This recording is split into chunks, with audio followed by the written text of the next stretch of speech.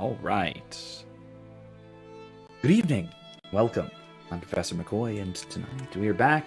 We are back to Kingdom Come Deliverance. Happy to be back. I hope everybody had a wonderful All-Hallowtide. Nice, spooky time on Halloween. I hope everybody also enjoyed... Oh, of course, I've still got my Halloween festivity worn at the very least. I hope also everyone managed to enjoy the my commentary on It's the Great Pumpkin, Charlie Brown. I absolutely adore that Halloween special. It is one of my favorite holiday specials that there is, really, of all of the sort of seasonal holiday specials that pop up once a year kind of thing. That one and the Peanuts Christmas special, the first one, the original one, probably my favorites, and the Peanuts Christmas special probably more so. So, man, maybe I'll do a commentary on that one. I don't remember if there's as much philosophically interesting about the Christmas special aside from the theological bit at the end where Linus reads the gospel. But beyond that, I don't know. I'm not really sure. In any case, though, as I wait for everybody to join in, I think I'm safe to open my window, so give me one moment while I do that.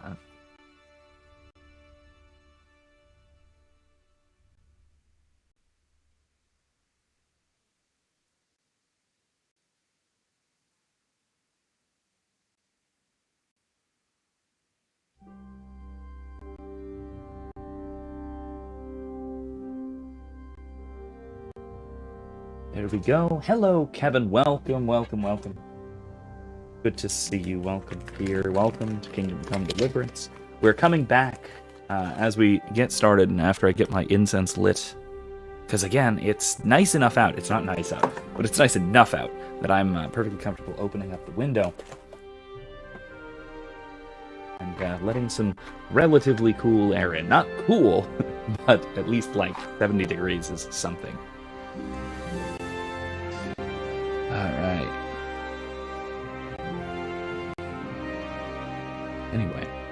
Anyway, I did, like I said, I greatly enjoyed doing that commentary track, because that was just a fun little thing that I threw together. Took a good deal of editing, more than I was hoping. But I did manage to get the damn thing through 55 there. I'm so jealous. It's 70. It's actually, I think it's like 71 or 72. So, it's dropping, but it's only supposed to get into the low 60s by, like, you know, the wee hours of the morning. But we'll see. Maybe it'll be okay. Maybe it's alright. By the time we're done at midnight, it should be decently nice enough out. That I'm not in physical pain from the heat. And really, in Florida, that's all I can ask for, is that I'm not in physical pain due to the heat. Because I often am. Anyway. Oh, gosh. Because I was wearing this today. This is what I was wearing to school, to teach, and to walk around campus and such. And I did very little walking around campus, because wearing a long-sleeve black dress shirt with a bow tie. And it was, I think, during the day today, it was like a high of 86, if I recall. So that wasn't very fun. Not very fun. Hold on a second. I'm very drunk. Not me. I'm not drunk yet. All I've got is the one beer. Again, in Elysian. This is a what is this? Dark of the Moon pumpkin stout. Tasty. Before I do that, though, let me make sure my filters are in place for my... No, we're good. We're good. Okay. Making sure that popping and clicking and all those random little noises aren't going to be going through. Okay. Anyway, hopefully that was an enjoyable little video. Hopefully it was as fun for you guys to watch as it was for me to make. The editing was a little bit of a nightmare trying to get it through copytisms, and I still ultimately failed, but at least it's not restricted. I just can't monetize it, and it's not like I do that anyway. There we go.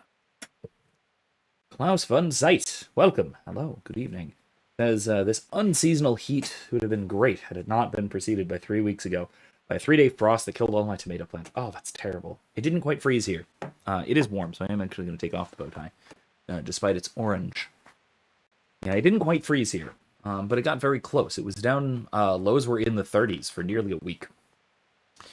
And now it's back to lows in like around the mid to low 60s, and highs are still well into the 80s, which is just atrocious, really. So I might not be drunk. I may be on my first and only beer for the night, but Henry is not. Henry is sloshed. Recall from last time, we were meeting with Sir Hans and hanging out with him at the bathhouse, and he is, of course, convincing us to do stupid things, like go and get a bouquet of roses for the bath whore. Bath wench. There we go. Let's do that. I need a torch. Last asked what kind of beer. This is an Elysian Dark of the Moon pumpkin stout. I got this usually every so often. Usually once every Halloween season, roughly speaking, I will get a Elysian box set of their various pumpkin beer things. I did have it wasn't Dark of the Moon, it was Night Owl, I think. It was a pumpkin ale they make, which is very good. I had that a while ago. That was a month or two ago. Oh, the alcohol's really kicking in. Poor Henry. Oh, no. Oh, boy, he's teeter-tottering. And he has to sneak into the Palace Gardens. Right? Hold on. Let me see.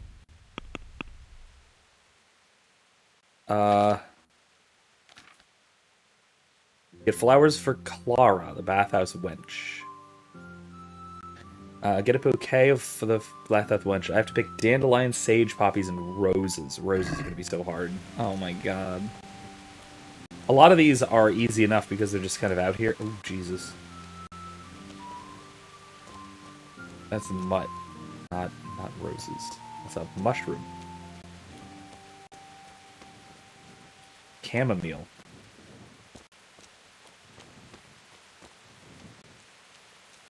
Oh, dandelion, yes. Here. Hello, dandelion, yes.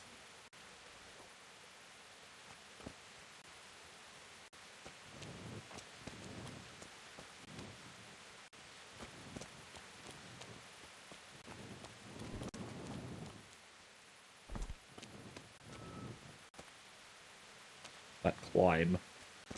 What is this? What is this?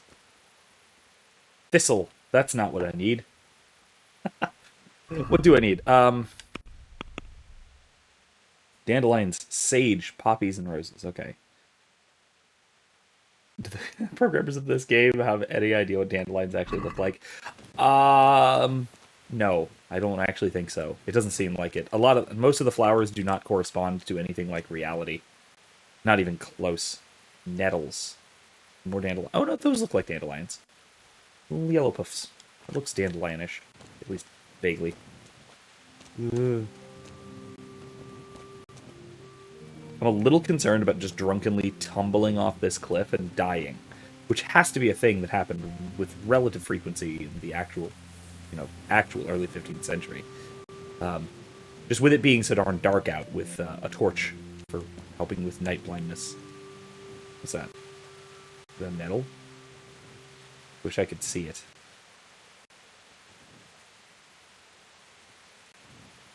That.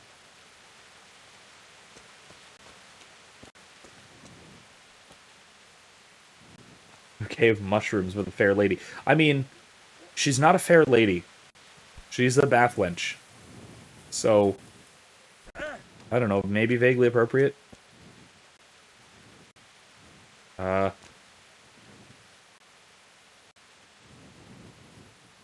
More dandelions. I don't see the dandelions at all. Thistles. Pick some more dandelions, because who knows, maybe we'll need more. Alright, eventually I am going to have to do the dirty and get it, not that dirty, just, Lord, and go get roses from the From the palace gardens.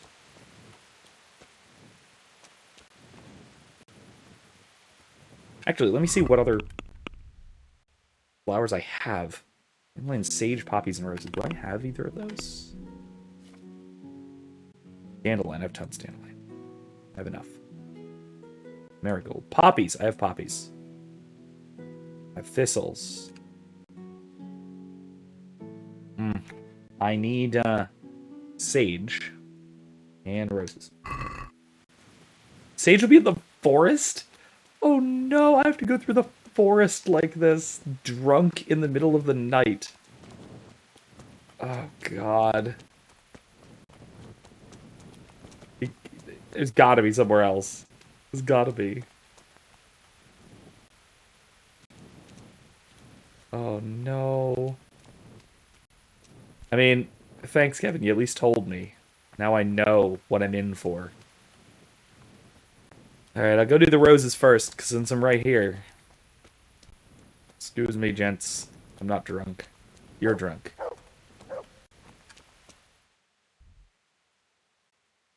Listen, Klaus. Shush. Yeah, yes, I said those words. But those words are not what I meant by those words. Okay?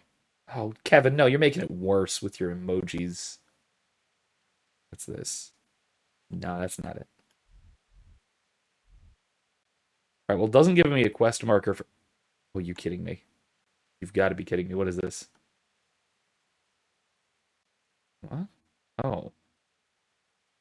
Oh, no. Okay, that's the quest marker, is the blue one. Okay, let's go. Kevin, you are making things worse. You quit that.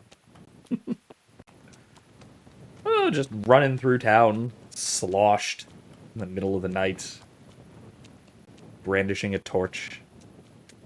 Which, I mean, really, brandishing a torch is, like, the least of my problems right now. Oh, gosh. And it's like 3 in the morning. God, is there a time limit on this? What if I don't make it back? Before, like, sunrise. Is he gonna be mad? He's gonna be mad, isn't he?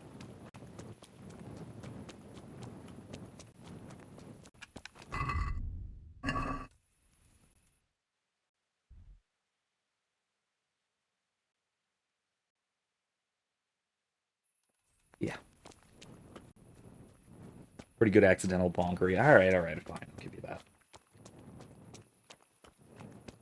I'll grant you that one. There's a nest here. Excuse me, gents. I've got a very important task from Sir Hans. He asked me to pick roses. This isn't roses. Camp. Ow. This isn't roses either. Where do I get roses? Oh, damn it. Speaking of...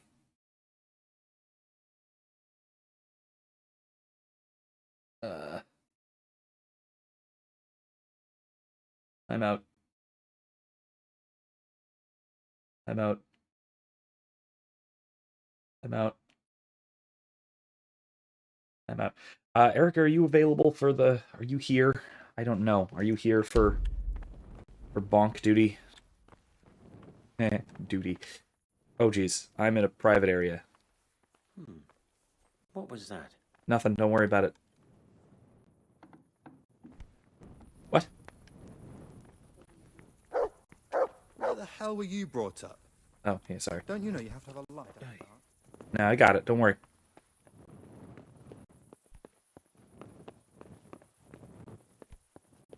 Okay, where do I get roses?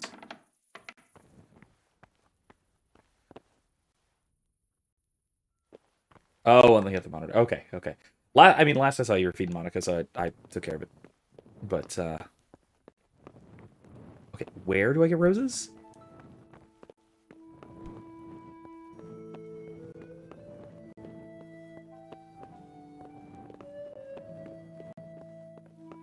Can I do anything to help? Yes, looking for roses. What the? I'm sure you can help me. Surreptitiously pick roses in the middle of the night. Sorry. Excuse me. Excuse me. Okay.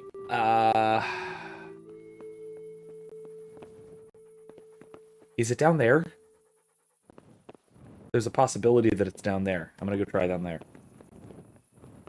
And yes, Kevin, I said private area. Party har.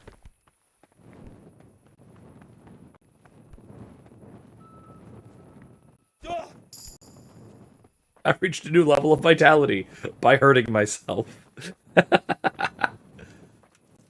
Oh, God. Alright, let's see.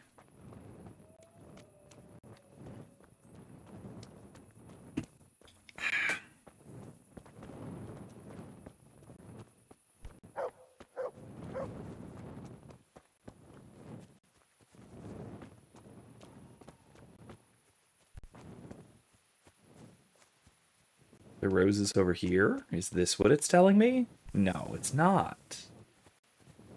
Where is it telling me to find roses? This is ridiculous. I don't need nettles. Help me. Help me. Oh, no.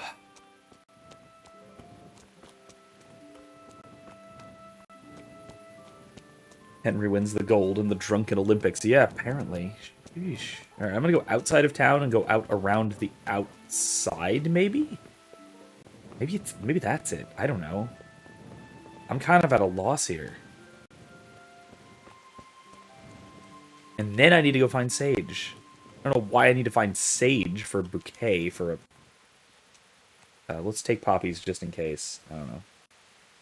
I know we have some already, but I'm assuming we don't have enough.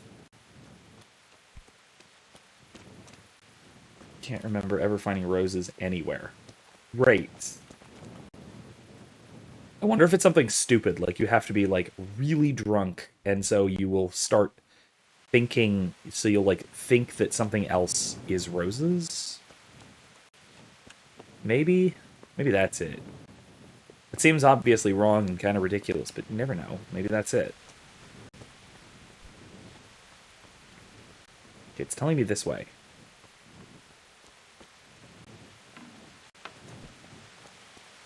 Oh, hey, I'm outside. I'm on the ramparts-ish.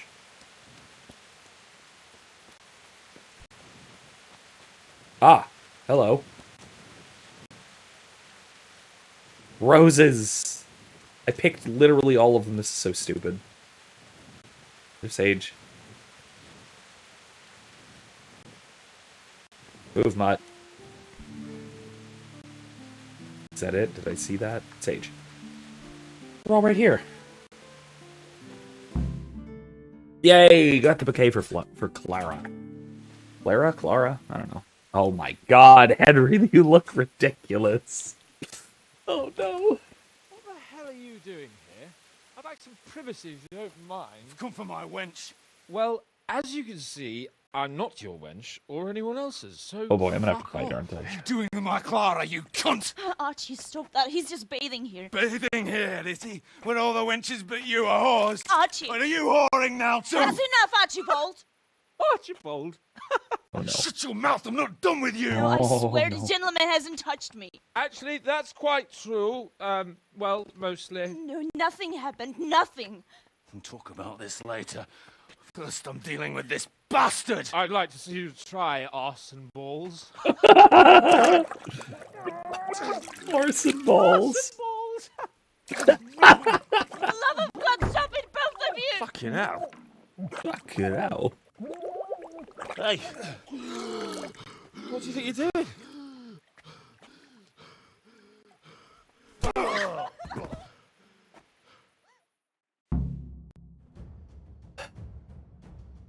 Protect my lord. No! For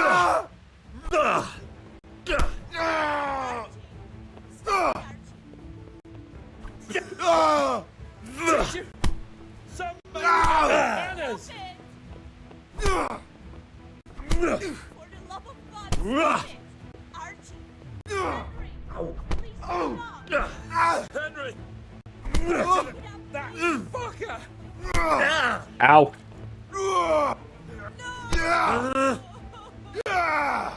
Kick his ass! Kick his balls! Ow, Jesus. Okay, this isn't great.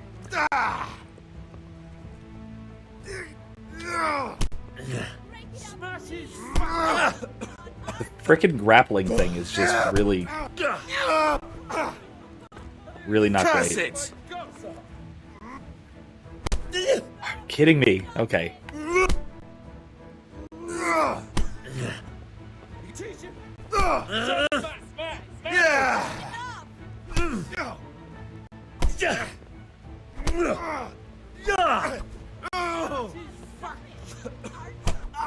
Okay, we got him. What the hell got into you?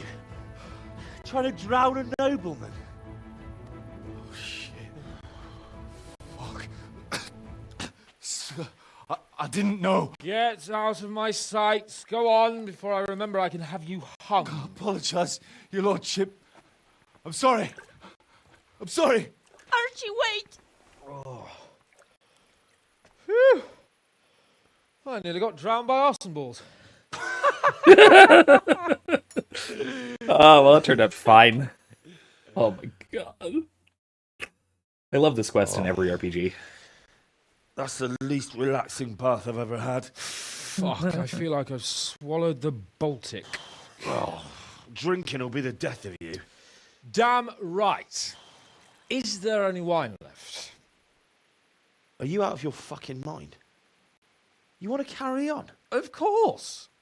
Well, don't tell me you don't fancy a drink after all that.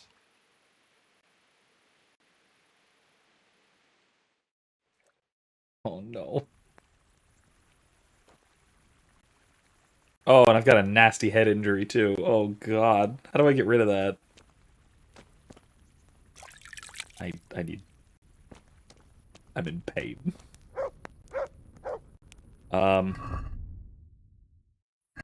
Yeah, I do need to eat. Oh, I'm over full. Great. Okay, fine. Okay,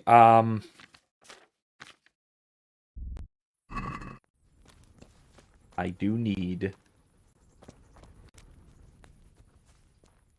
treatment for a head injury. How do I do that?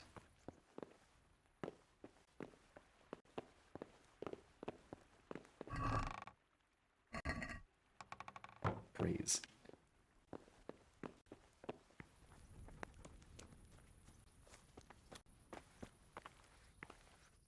God be with you. What can I do for you? Goodbye. Rest or take a decoction? I'm gonna just go ahead and go sleep it off a little bit. Oh, bathhouse services will do it? Yeah, I'll, they owe me one. After all that. It's the least relaxing bath I've ever had. Where are the bathhouse lunches? Are there any? Anyone around?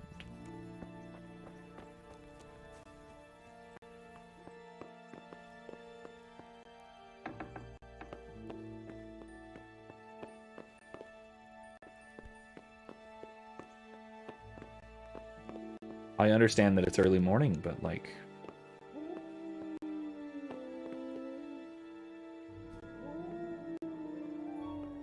Okay, well I'll sleep for, I don't know, 2 hours.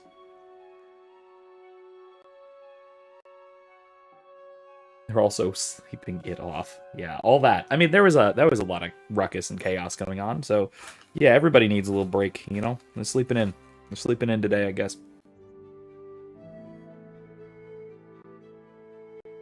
Who can blame them? Oh, gosh.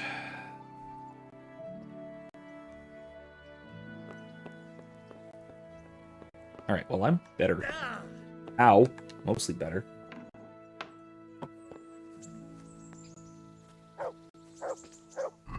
Do I have my... Am I actually wearing things? Yes, I am wearing my clothes properly. Alright, we're good.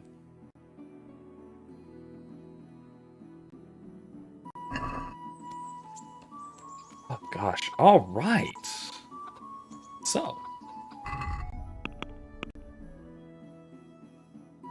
Yes, let me go see if Sir Hans is alright now, having woken up. Oh gosh, this is silly. Good day, Henry. Oh, Hans, there you are. God bless you. What troubles you? You? What are you going to do about Archibald, about Balls? And what will you do with them, Sir Hans? What, with arson balls? I don't know. What do you think I should do with him? Nah, don't worry about He it. was drunk and insane with jealousy. I'm sure he'll be sorry when he sobers up. But he tried to drown a nobleman. I can't just let him off. He didn't know who you were. Anyway, if you let him off, you'll show that you're the better man. I suppose you're right. Fuck him. But we had some pretty good sport today. 5 groschen, nice. I've got paid. Oh god, of course I get paid for that nonsense. Good, at least. It's something. I got a strip die. I got a bunch of... Oh my god, I have so much money from that. What money did I get from that? Good lord, I have 692 groschen. Wow, alright.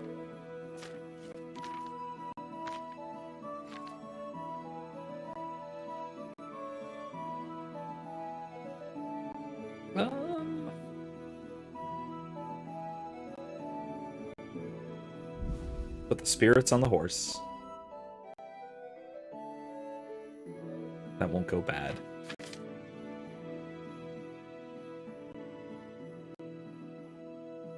Let's put... Anything else needs to go on the horse or nah? I should read some books. Sit down and read some books. Oh.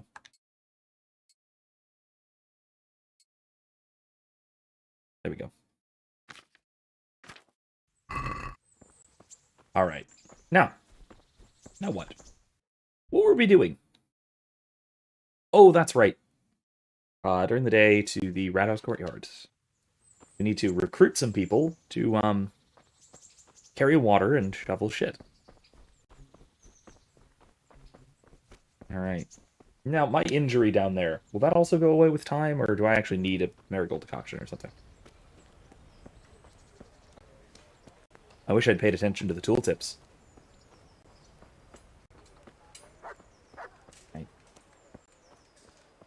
Also, let me see if... Oh yeah, I have some skill points. Speech! Highborn. +3 when talking to nobles and wealthy people. You can't have the lowborn. Okay, highborn or lowborn. Okay, empathetic. Counterpart... Okay, you'll see your counterpart stats. That's always good. Increases your speech skill when haggling. Or 50% high reputation when you talk to a woman, and plus what speech bonus, so you can persuade them more easily, and you can avail Pathwinch's services for free. Oh my god. Can't do this one. Let me do... We'll go with more rest. You can do any of the 3 things. Okay. I do empathetic. Yeah. It looks better. Anything here? No. Skills. Lockpicking. Really? Repairman. Successfully picking a lock. Okay, returning broken. Nah. Closer to the end of the lock, making it easier. Ooh, that might be okay. Luck of the drunk. Easier when you're drunk, or noisier. No. Let's go with deft grip.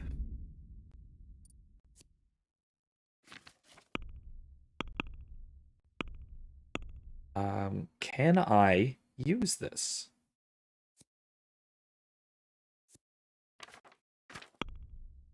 Yes, I can.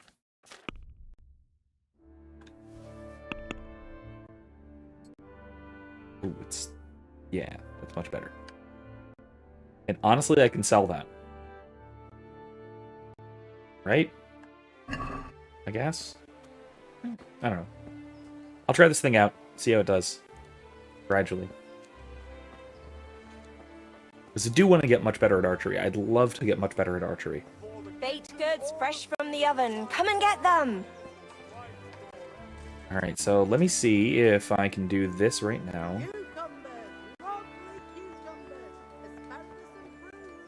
Pikmin.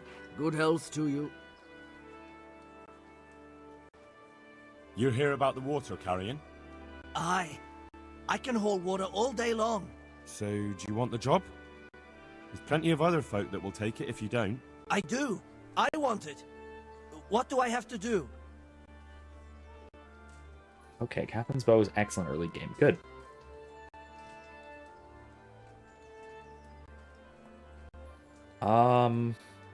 Besides water, you could carry...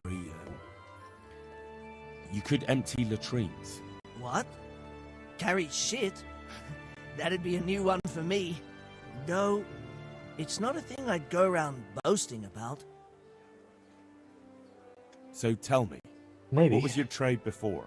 I was a miner, then a farm laborer, then I was a servant, then I fled from Skullets and ended up here. Quite the factotum, aren't you? Was none of those jobs good enough for you? I liked them all, but they were always sending me to do something else. Pickman, they'd say. Leave this and go and do that. Pickman? That's your name? Actually, my real name's Vassal, but they call me Pickman. Is that German? No, it's from when I was in the mines, digging with a pick. Well, okay then. Darn it.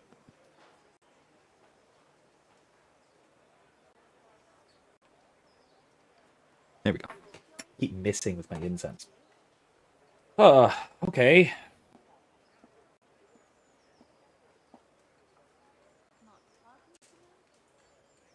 Alright. That's enough for now. So, we're agreed then? When do I start working? Look, the bailiff is the one who will decide after I report back to him. Okay, so he's actually open I to the might idea not of get the job. carrying shit.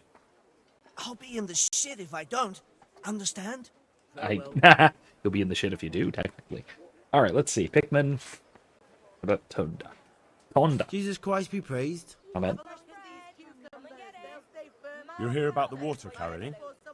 Ham, where do I get some pails? Hold your horses. We haven't decided yet who gets the job. I have to ask you a few things first. What for? I can handle the job. But ask away. Well, there's also the option of carrying, shit. Not a chance. I'm Yeah, not carrying okay. any shit around. And if anyone tries to make me, I'll break his legs.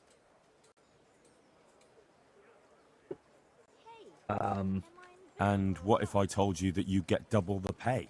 Didn't I mention something about breaking legs? Okay, fine. You did, but more money? I wouldn't be under the winch anymore. More like under the stench. What trade did you do before? Winch. I worked in the mines, at the winch.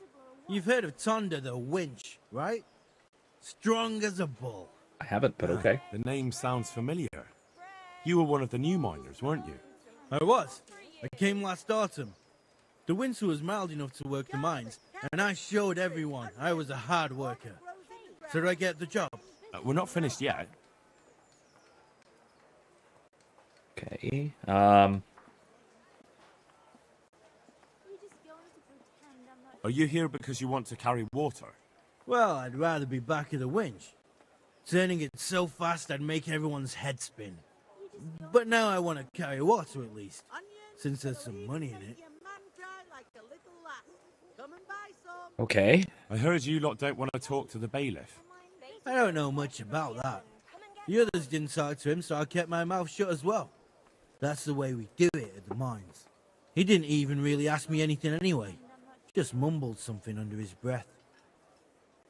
Alright. I know everything I need. Good for now. So, can I go carry water then?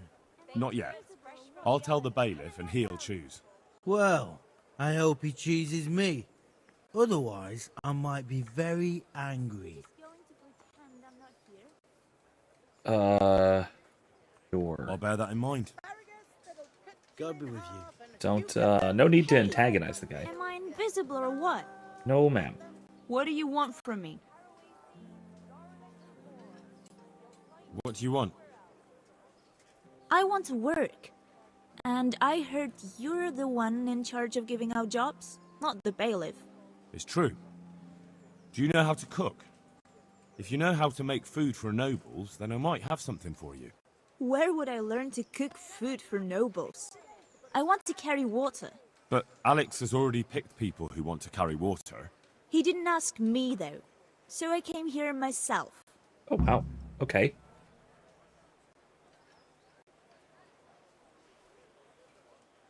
Be that as it may, I already have the people I need to carry water. And anyway, it's no job for a woman. I'm strong enough to knock you on your arse, you pup. God bless. She gonna fight me? Because that'd be fun. Oh boy. Good day to you. What do you need? Strong, independent women doesn't fit too well into 15th century Bohemia. You're interested in carrying water? I am. It's about time something good came to decent folk. I agree. Now, I'll ask you a few questions. What? But I want the work and I deserve it. Keep your questions for good-for-nothings. Okay. Yeah, he seems very entitled. What makes you so deserving? How did you make a living before this? I was the owner of a mine. Well, I had a lease on it. But in our line of work, it amounts to the same thing. The chief, eh? But have you ever hauled a bucket of ore up a hill? There's no hill in a mine. Just a shaft with a winch. Okay, fine. It's hard work carrying water. So he's taking care of a mine. It's not quite the same thing, is it? You need brawn to carry water, not brains. I wasn't born a mine owner, you know. I've done my share of hauling. Okay, okay. There's also the option of, emptying latrines. Are you trying to insult me? That's no job for a decent Christian. True. That's why it pays double. Double, hey? Oh, that's not bad, but, for a man of my stature, no doubt there are more needy souls. Okay, so Pickman is going to be shoveling shit. Double? Okay. And the bailiff complained he couldn't get a word out of you. I refused to talk to him. Last time I did, he was vulgar, shouted and threatened to whip me. And then he comes and interrogates me. Ooh, well, okay. I can't see how that would put you off him. That's enough for now. Okay, that's all of them, right? Or is there more? Wait, who'd I miss? Oh, hey, this guy too. Vincent. God be with you. Yeah, that's me. He doesn't look anything like me, though. Are you here on account of the water carrying? Yes, I am. My name is Vincent. Nice to meet you. I'll ask a few questions and we'll see, alright? Fine. Ask away. What did you do before this? I work for my father. Doing what? Who's your father, anyway? He was Moimir. We had a farm near Scarlet's. Really? His farmhands came to the tavern a lot, but I never saw you there. I don't go to taverns. That's odd, but okay. How are you holding up? Well, I'm alive. But I miss my father. And the farm, too. But Ma says there's no use dwelling on it. Life must go on.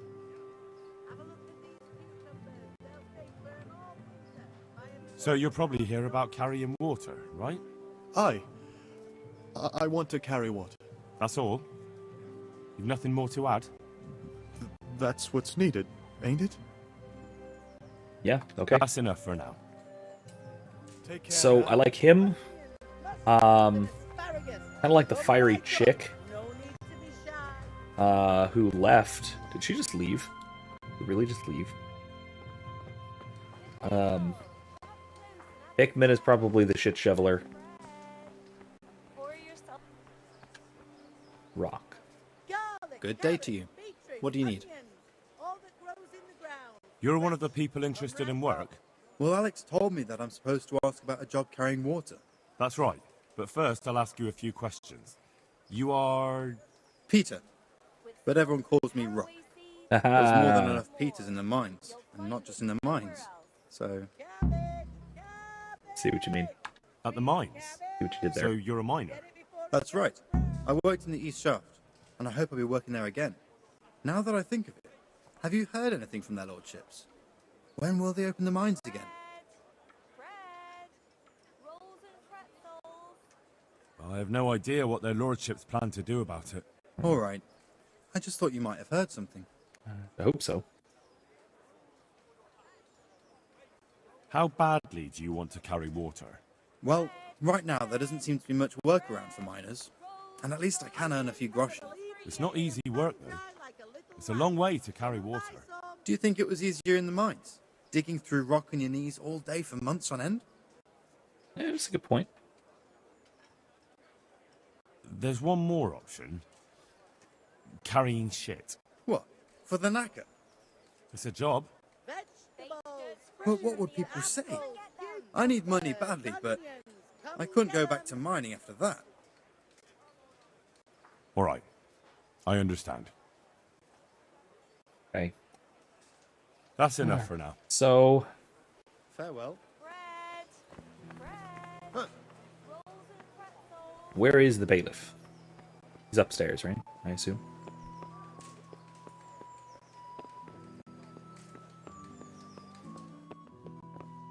Oh, bailiff. Bailiff. Pardon me, sir. Sir. There we go. Jesus Christ be praised. Oh, man.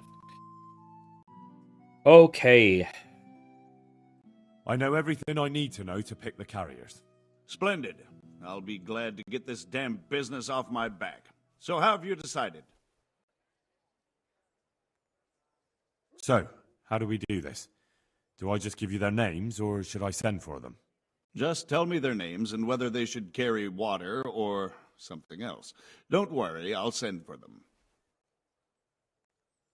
Okay.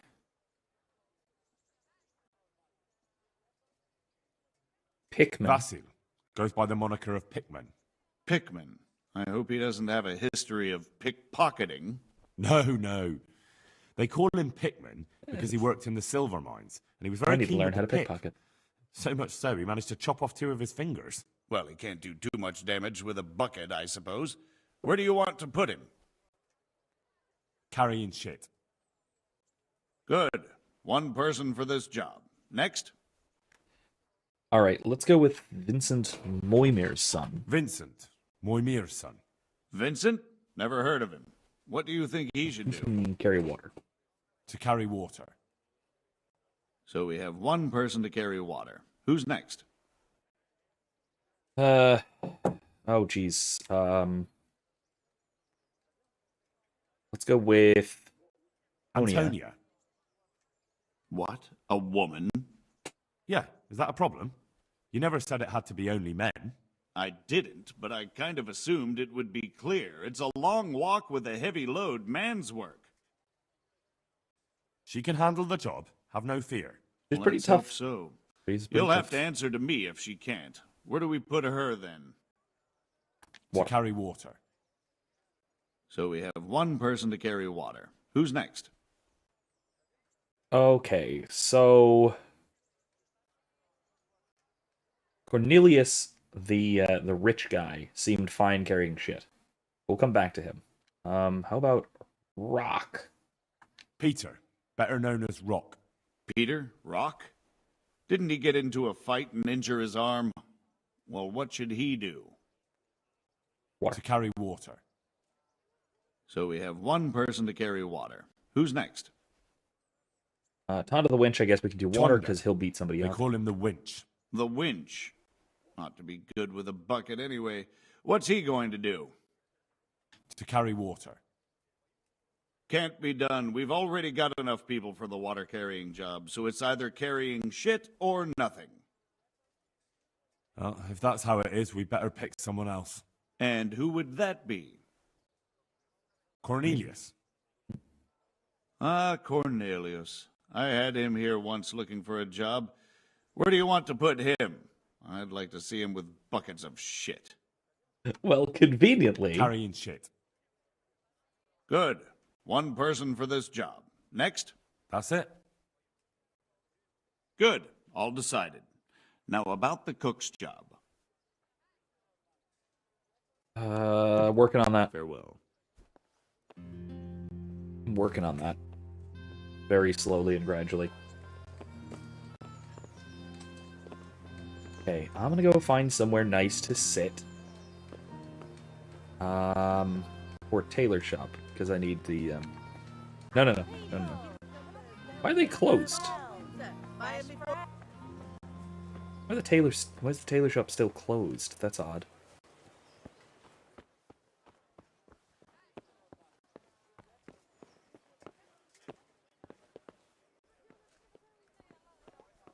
I don't think I should be up here. Oh my god.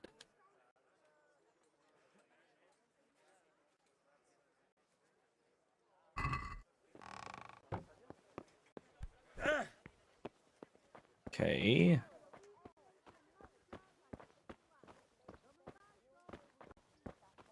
No.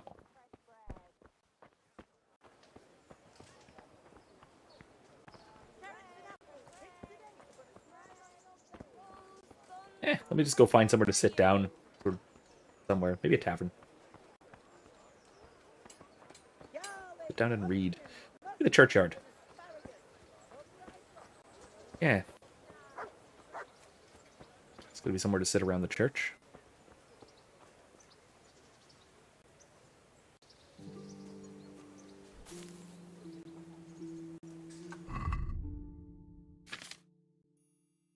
Okay.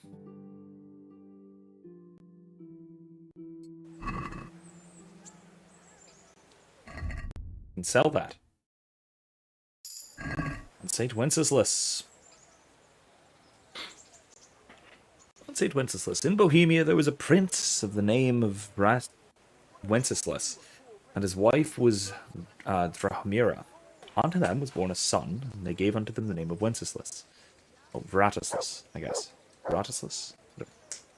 After his father's untimely death, he was sit upon the throne, but having yet been grown with age, his mother ruled the land in his stead, and it was his mother Ludmilla who cared for his upbringing. His brother was Boleslaus, and they grew up together, and although they had little in common, through God's mercy, Wenceslas learned to read and write, being learned of books and firm of faith, and he could wield a sword as well. But above it all was peace in his country that he did love. He performed many kind acts unto the poor, clothing the naked and feeding the hungry, protecting the servants of God, and having many churches erected. He was a paragon for his people, and a ruler that was kind above others. But with his enemies he always did negotiate with good intentions, and they too did kneel before his piety. With his whole heart he exalted God, and the good deeds he performed were innumerable. Thus it was to the surprise of none that the devil planted the seed of hatred in many corrupted men's hearts, and set them against Wenceslas. He urged them, like so many Judases, to revolt against their lord, and then they did whisper to Boleslaus that his brother wished to take his life. Boleslaus, believing these words, devised a plan out of fear and resentment to take his brother Wenceslas' throne, as well as his life. He knew that whenever a new church was consecrated, Wenceslas would go to that place to pray. And he did thusly when on Sunday, on the feast of Saints Cosmas and Damian, he entered Boleslaus' castle, and having attended Mass, he prepared to depart for Prague. Oops. Uh-oh.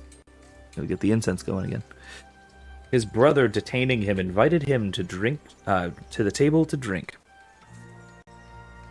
But Wenceslas declined. Early in the morning Wenceslas rose and hurried to morning mass. When in front of the church he met his brother. He said unto him, Brother, last evening you served us well. Boleslaus then, guided by the devil, responded thusly, And now I shall serve you even better. And as those words left his mouth, he struck Wenceslas a blow to the head with his sword. Boleslaus' dogs set upon him. As well, together with their master, they killed Wenceslas, and left his broken body in front of the church. Boleslaus then sat upon his brother's throne.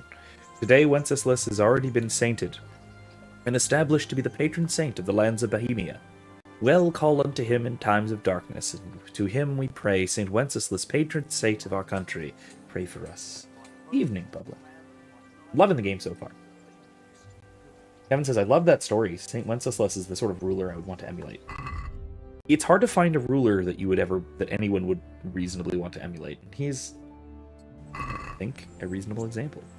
Beautiful and young Dorothy lived the life of piety. Dorothy, a maiden fair, a wreath of gold upon her hair, of gold and white as lily of the Virgin Mary. And the king desired Dorothy, and wrote to her ardently, Fair Dorothy, wilt thou be mine? The world shall honor beauty thine. It is another that I love, our Lord Jesus Christ above. The king grew angry at Dorothy, put her under lock and key. Then to war he rode away. For 7 years he fought abroad, and in the 8th year he returned. Of Dorothy he then inquired, if she lived or had she died. Oh, she lives, sir, she lives yet, though nothing has she drank or ate. Dorothy, they brought her in, and made her stand before the king. Fair Dorothy, wilt thou be mine? The world shall honor beauty thine. It is another that I love, our Lord Jesus Christ above. The angry king gave orders then to burn her in a hot oven. The more she baked in it, though, the fairer did she grow. And so they took her out again, and made her stand before the king. Fair Dorothy, wilt thou be mine? The world shall honor beauty thine. It is another that I love, our Lord Jesus Christ above. The king bade them heat up oil, and put Dorothy in it to boil. The longer they boiled her, though, the fairer she did grow. And so they took her out again, and made her stand before the king. Dorothy, wilt thou be mine? Thou wilt be mine. The world shall honor beauty thine. It is another that I love, our Lord Jesus Christ above. The king, when Dorothy had spoken, put her on a wheel to be broken. So to God Almighty she appealed, to save her from the torture wheel. God took mercy on Dorothy, and sent a bolt from clear blue sky that shook the earth with its great thunder, and smashed the torture wheel asunder. When the king heard of this he had Dorothy put to the sword, taken beyond the city wall, to behead her once and for all. Elijah she met on the way, who asked, Where goest thou, Dorothy? To the garden of Christ I go, to pick the fruit that in it grows. Lilies too will pick therein, side by side with the Blessed Virgin. And so, if so, he said, I beg thee, wilt thou please send some to me? The executioner's sword, on the first stroke, hit her neck, and twain it broke. To the wonder of the folk, enraged the executioner swore, raised his sword, and struck once more. Her sacred head from her neck was cloven, and her soul departed to heaven, to dwell amongst the angels on high, like star in the nighttime sky. Down from heaven comes a child, a most beautiful infant mild. In its hand a basket it carries, filled with wondrous fruits and berries. Elijah, faithful friend, this basket of fruit I bring, from the orchard heavenly, as thy sister promised thee, the day that death set her free. Beautiful. I knew before that. I actually assumed that is actually the story of the martyrdom of Dorothy. I could be wrong. I don't know how accurate that is to the account. Because I know almost nothing about St. Dorothy, like I said. But I will say, related to that my youngest daughter is named after saints. Well, her middle name is Dorothy. It's named after Erica's grandmother. So her great grandmother, Monica's great grandmother. Almost as good as a book as the Lost Argonian made. Very, very starkly different. Let's see. No. I will do that. Eventually I'll do this too. Oh gosh.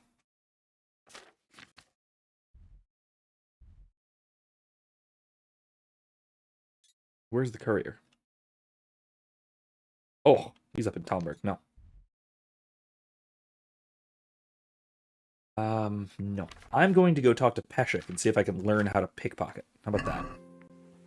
And then after I do that, I will probably either go and pickpocket that guard. Do you want something?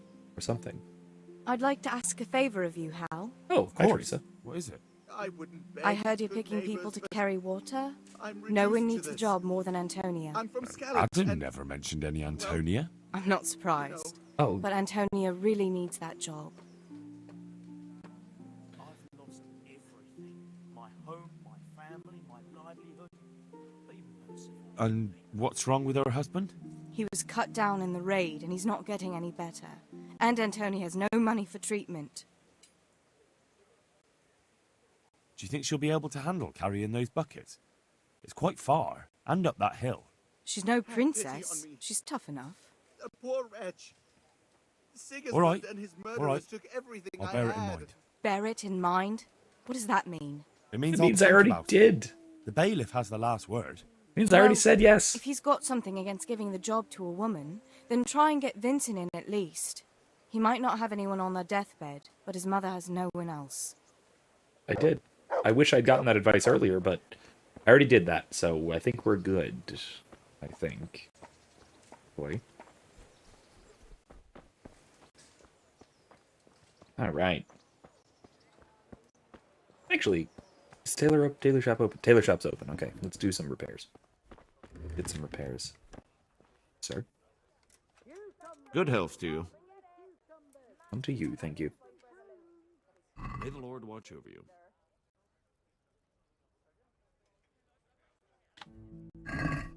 Women moment. Let's have a word I mean, about the price. Yeah, Aye.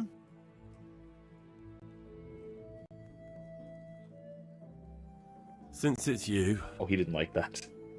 More. Oh, jeez. And I have to agree that time. Damn Very it. well, I agree. All right. Okay, so now that's the other thing. So what I was saying about Sid Dorothy. Like I said, I didn't actually know the story of her martyrdom. Lovely cucumbers, asparagus and prune. Like I said, I didn't actually know the story of her martyrdom.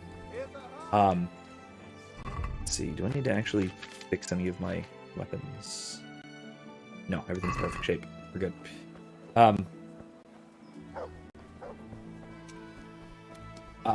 But it's actually significantly similar. It's really quite similar to St. Monica's, or not St. Monica's. No, not St. Monica's at all. That's almost she's almost the opposite in an odd sort of way. But Saint Felicity, another of my favorite, one of my favorite martyr saints, which I am much more familiar with, Saint Felicity. Her and Perpetua, who they have a feast day together, or honor together. They were in the 2nd century, I think, 2nd or 3rd century, in a pagan Rome. I think it was actually Rome proper. If not, it was one of the nearby Roman cities. And they were martyred for refusing to wed pagan men, and so instead sought to serve God. So again, it's very, very similar, giving one's life to Christ, both as a consecrated virgin, but then ultimately that leading to giving one's life in death to Christ. I didn't actually realize that St. Dorothy had a very similar story of martyrdom. Now, St. Monica is sort of the other, so there are two, broadly speaking, there are two archetypal stories for saintly women. There is the Virgin and the Mother, after the two aspects of the Virgin Mother, Mary. And it's typically one or the other, with Mary being the exception. And so we have, and St. Monica is, I think, the prototypical example of the matronly, the motherly Hey, lad! saint. Don't you want a little wager on the Rat-Aid tourney? No, but I need to learn how to pick pockets.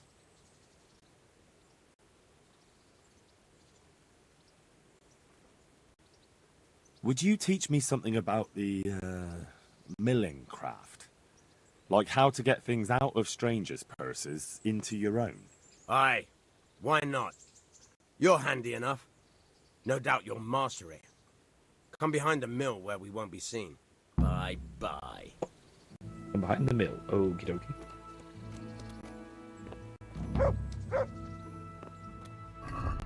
Did it automatically track it? Yeah, it did.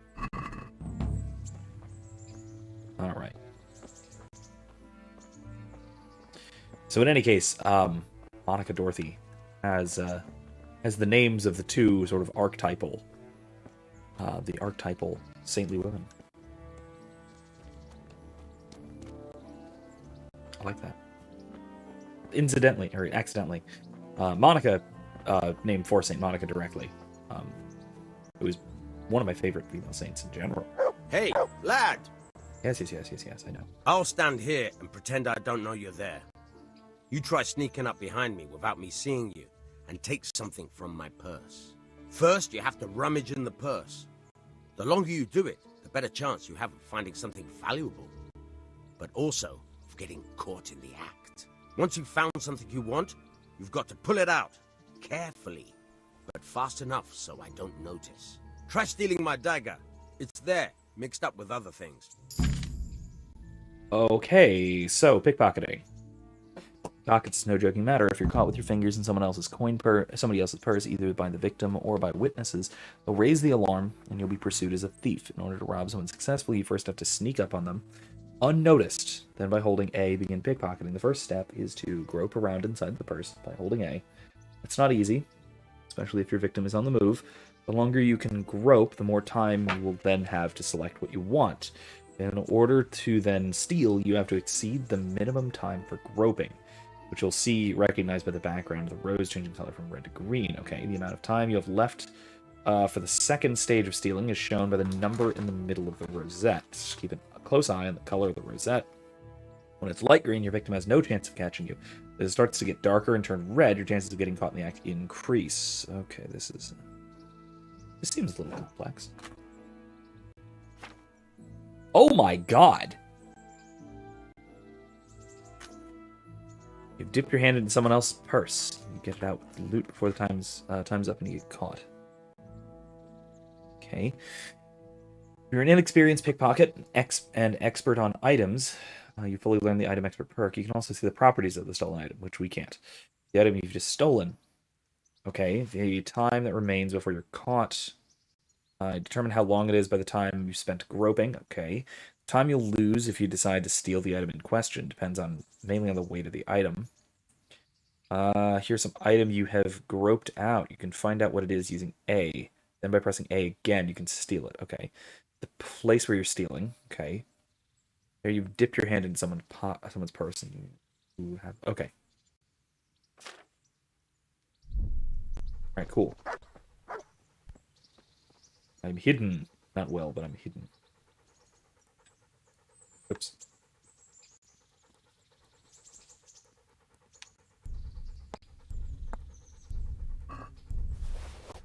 Caught you! Ah, damn it, if this really? was for real, I'd be yelling for a guard. Try it again.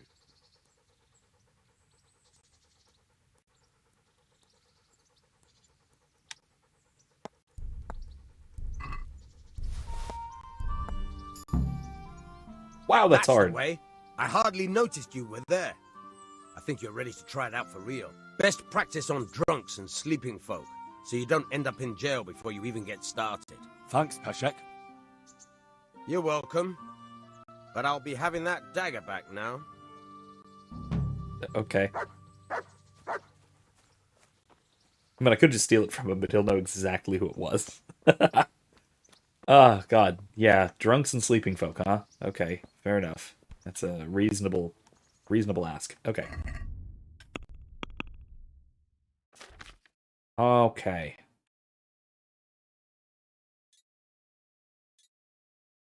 I think we can go and do that.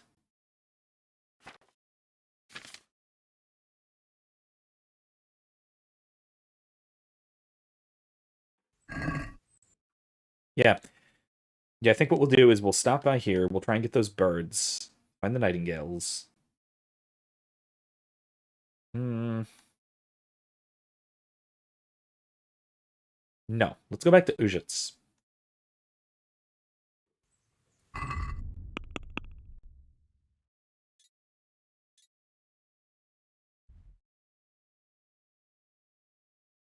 So. Playing the devil. There we go. Skills. Reading. In the flow. When reading, you will get tired and hungry twice as slowly as normal now. Art connoisseur. First time you look at a fresco. Cross or wayward shrine. Your charisma will increase temporarily by +2. Okay. Magistrate. Being well learned, you make a better impression on people. Get a +1 speech bonus when trying to persuade a guard. Okay. Alright. That's not bad. That might be handy. Avid reader now. Let's do the guard thing. I like that. That's good. Kevin says it's easier to just bust someone's head with a warhammer. I mean, I can't do that to a guard. Reasonably. Not reasonably. That seems like a really bad idea.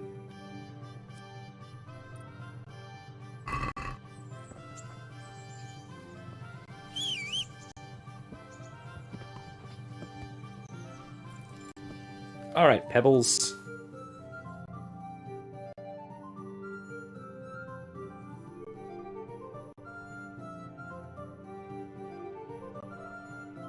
Yep, let's go. It's a long travel, but let's go. Anyway.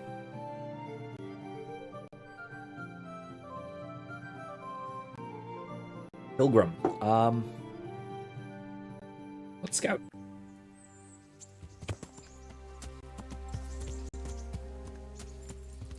Hey, you bastard! What are you doing creeping around here? We have had all sorts of vermin here lately. Robbing, raping. Okay, so I'm gonna need all of this stuff really quickly. I'm really glad I could switch instantly.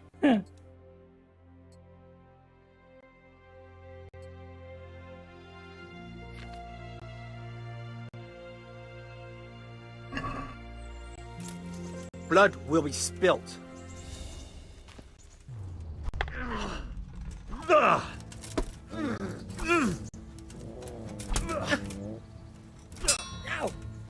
Brtka!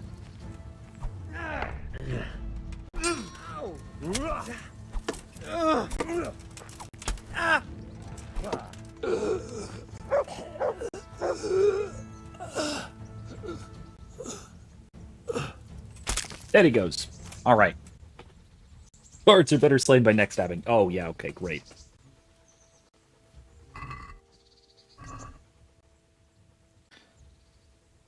Oh, hey. There's a good doggy. Good doggy. Yes. Not what I meant to do, but okay, good doggy That's indeed. my boy. He's probably going to be hungry. I should give him some food. Blue Scarf. Cooper's Axe. Roshan. Pretzel. That'll do.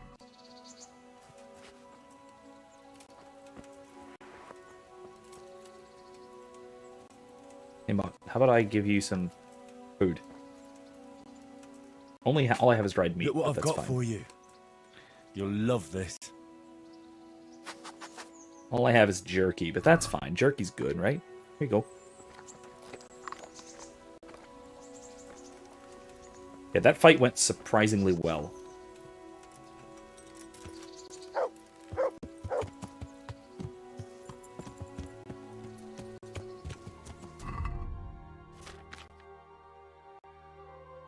Nah, I don't want a Cooper's Axe. Let's move to the horse. Probably sell that eventually. Blue Scarf. I kind of like the look of that, actually.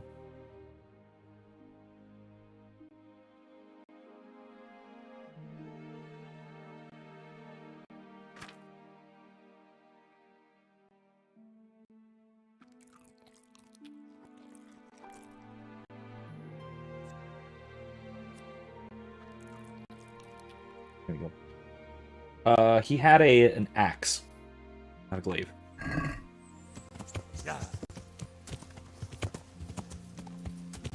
Do I need to read fast travel? I do, don't I? Yeah, I do.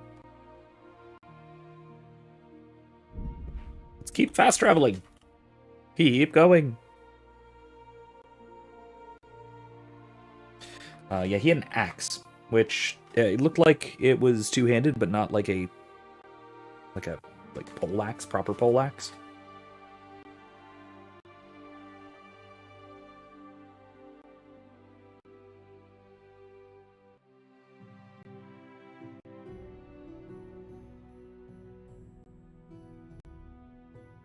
And on we go. On we go.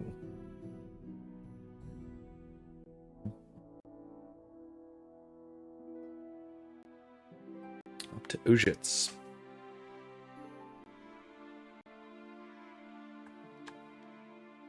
Can I cancel fast travel? Can't, can I?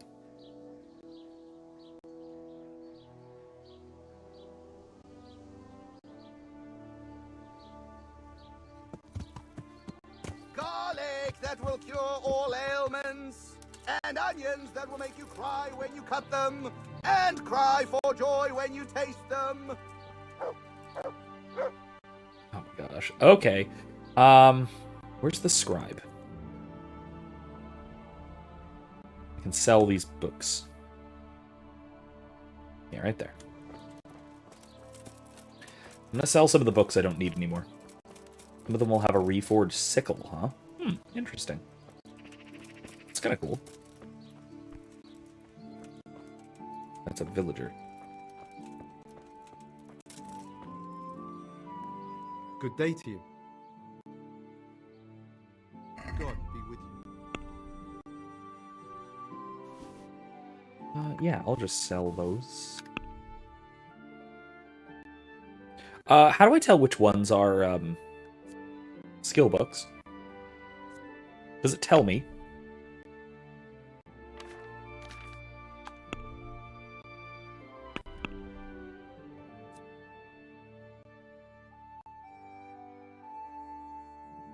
Ooh, a skill book. Okay, cool. That's a skill book. Primer. Primer 2. Ooh, I should buy the Rule of St. Benedict. How much does he want for that? 48 groschen. Okay.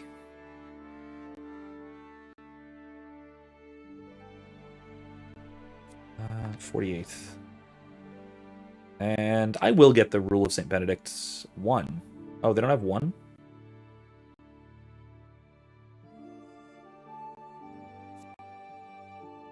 Ooh, Evil Morals in Bohemia. Sounds great. Basket. Haggle. Let's have a word about the price. Naturally. Alright. How about I give you 30? What about this? I'd almost shake on that. Almost. Okay. For 35. Finally, a reasonable sum. I probably could have gotten him lower, but that's fine. I'm actually gonna, if you don't mind, can I use that chair of yours? No, I can't sit here, can I? Meh.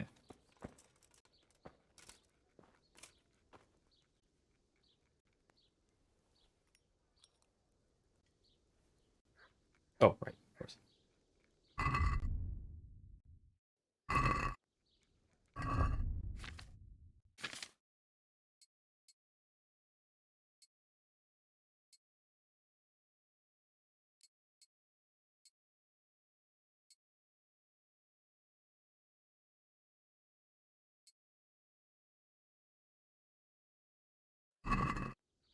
Okay. Let's see.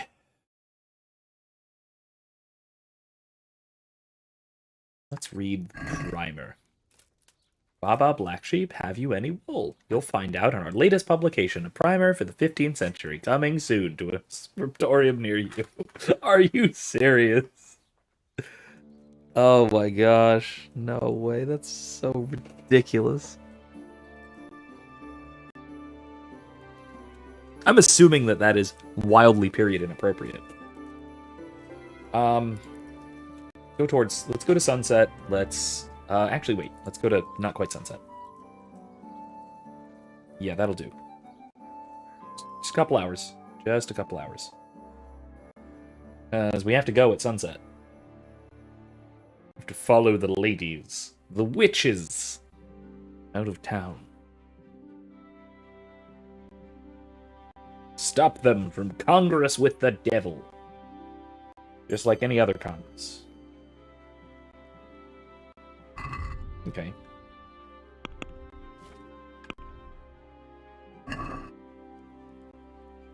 Let me see, actually. Follow the women into the... Oh, they're already leaving. Okay, better go. Better go.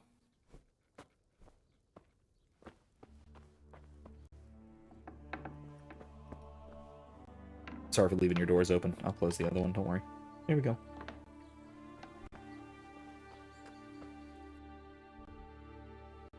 Yeah, they're leaving.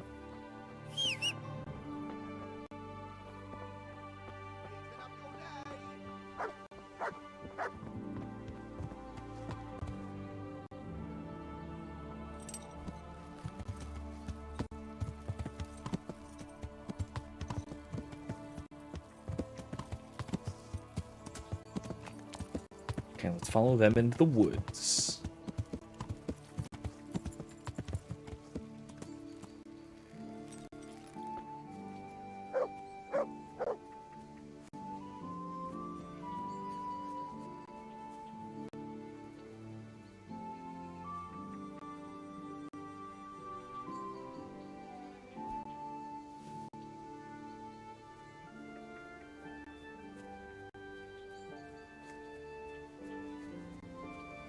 Wonder how far back I have to be for this.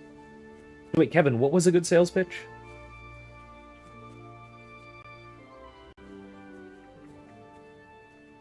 I must have, I missed that.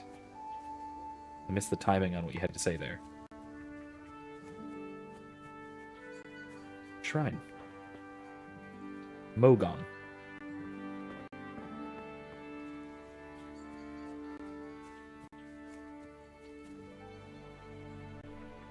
Marigolds, huh? Okay.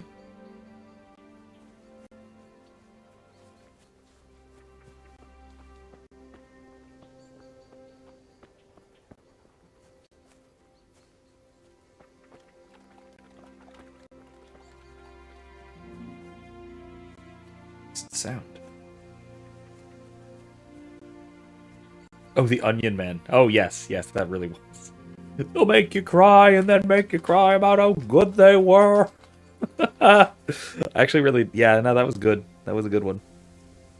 Garlic that'll cure any ailment, of course, that's just true. That's just... We can set off. Is it far? Not at all. But we should put the ointment on now. It takes a while to start working. Where exactly do you put it on? Well... Wait, am I supposed to, like, confront them? So playing games with the devil is all right, but dabbing some ointment on your cunny is going too far. Aye, well... Don't peek for a bit. I'm not sure. Don't worry. Plenty of women have tried it before us. What if it does work? What if he does appear? But that's what we want, isn't it? Let's go. Yes.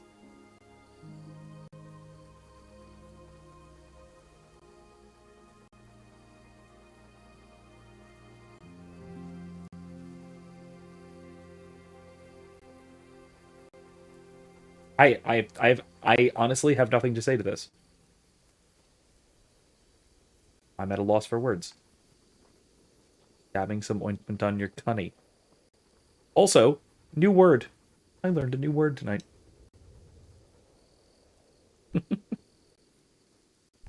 God. Sneaking around a situation like this is just like... No. Something deeply wrong here.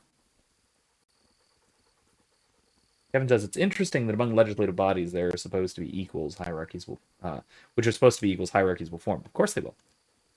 Hierarchies are natural, but they're also easily corrupted, which means that if you are in a governing body, even one that's supposed to be equals, you're even more likely to form hierarchies than in a natural order of competence, because it will it'll form itself into a system of dominance rather than of competence. because there is no competence necessary for governance, at least legislative governance, let's say. Now, this will lead me into some really, really esoteric crap, but I very strongly hold that the act of governance, or the act of legislation, is a kind of idolatry. It's a kind of hubris and blasphemy. It is essentially to take onto oneself, or the legislators taking onto themselves, acts which are appropriate only to God. That is the act of legislation, making laws, arbitrarily making laws. And so, because that is an act which should be left to God, any act of legislation, the formation of positive law, I would argue is necessarily illicit. And so, any body of legislators, because they are innately, necessarily formed for the purpose of acting against God, they're going to form not just hierarchies, but hierarchies of dominance rather than hierarchies of competence, because there's no virtue involved. There's no excellence. There's no proper excellence. And so all there is power. It is the usurpation of the divine power, I would even go so far as to say.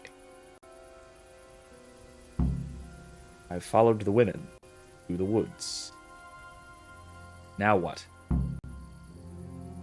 Watch them from a distance and don't interfere. Really? Are you sure I shouldn't interfere? Don't we? I'm not altogether sure. Gertrude didn't want to say anything about that, so all we know is what we came up with ourselves. Damn.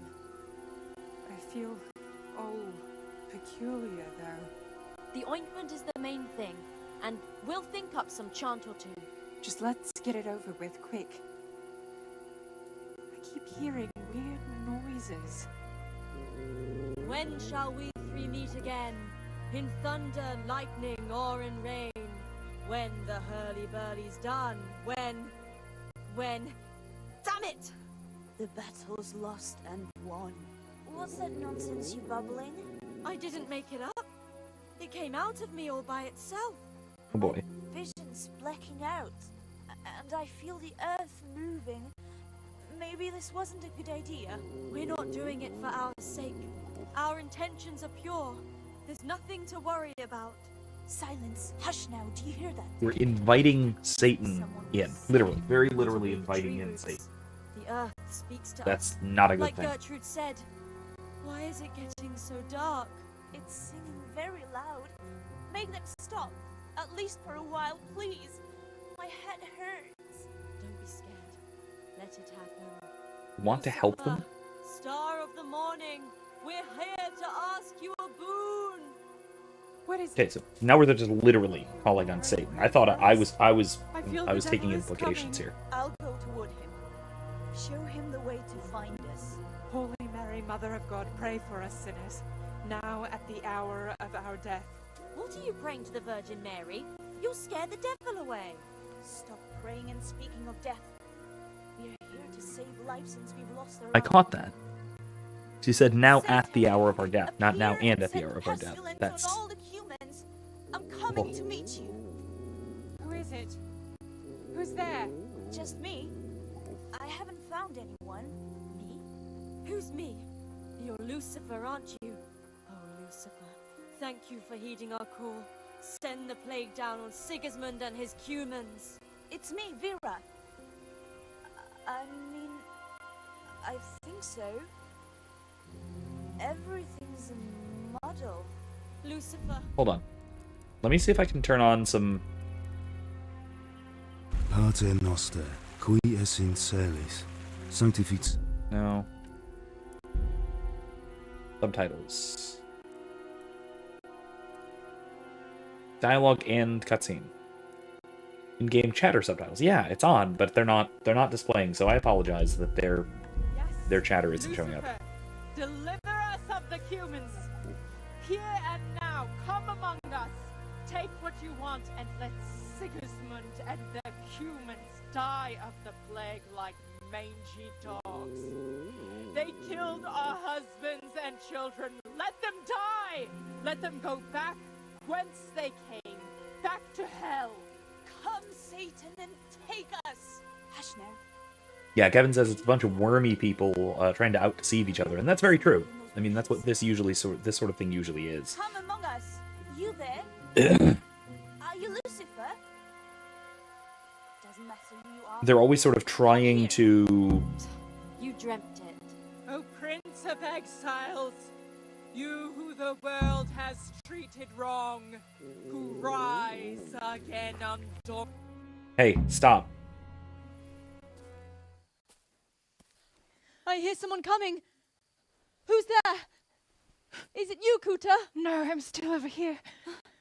What's going on here? Welcome, Prince of Darkness. Don't you put that on me. And make yourself at home.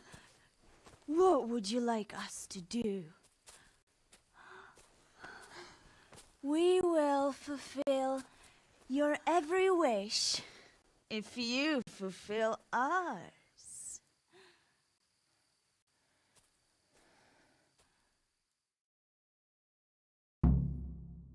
Prince of Darkness? What in God's name are you babbling about? Why are you testing us? Testing you? Jesus Christ, what have you been smearing on yourselves? A magic ointment from the herb woman? We are ready to pleasure you, Lord. In return, all we ask is that you rid us of the humans. And if you won't rid us of them, then help us get away from here. Give us riches, so we can start a new life in the city. No. Kevin says, oh, haha, I was still talking about legislators. But I guess it works here too. Yeah, there's a lot of similarities between Congress and Congress with the Devil. Oh no, I'm dropping a lot of frames. Hold on. Hang on a second. Make sure nothing's going too terribly wrong here. Back up to 60 frames per second. Okay, good. Alright, we're not good. Oh my god, the particle effects from that campfire are just killing me here. Jesus. Encoding overloaded. So it's fine on my end, it's just not fine on your end, so bear with me here. Let's get through this cutscene and hopefully it'll be fine. Encoding overloaded, consider turning down. What's it telling me?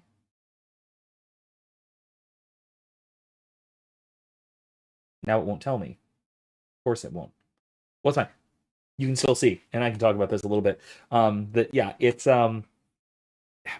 It's people pretending to have power that they don't have, and basically tricking each other into believing each other's and their own lies. They're talking themselves into it, and they're talking each other into it. And it's, I mean, ironically, it's exactly the same thing we observe in legislative bodies. Right, so legislators, people who legislate, people who form positive law, are claiming unto themselves this power, this authority that they just don't naturally have, because they can't naturally have it. Excuse me, because they're not God. And so what's going on here is exactly the same thing we see here with the witches, or ladies who are trying to convince themselves and convince each other that they are witches. It's exactly the same kind of thing, which is, oh man, that's deliciously ironic, and I'm glad that we made that error. I won't be fulfilling any of your wishes. Oh. What must we do to please you, O Lord? In return, you'll have to... Shit. I feel very weird.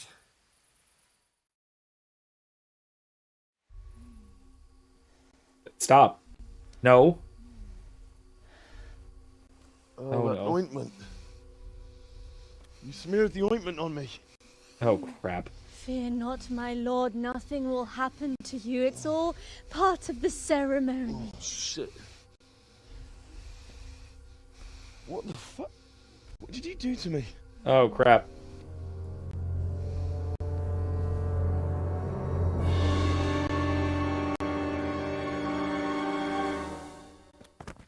Is that mutt?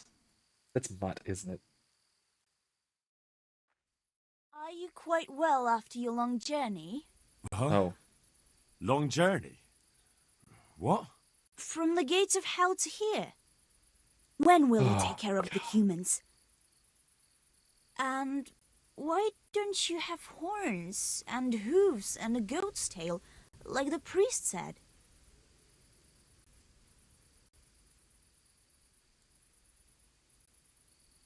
How come you're a talking mare? What mare? Does your sight deceive you? I'm Vera, and I turn many a young man's head in Ujits.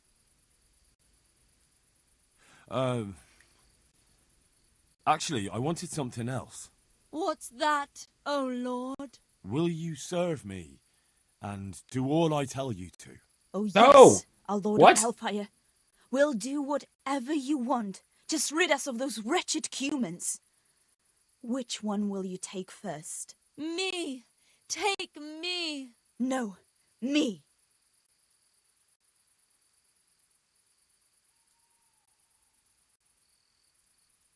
And what about the other one? Why doesn't she speak up? Kuta, you chicken! Speak up! And what about the other one? Kuta, you chicken! Speak up!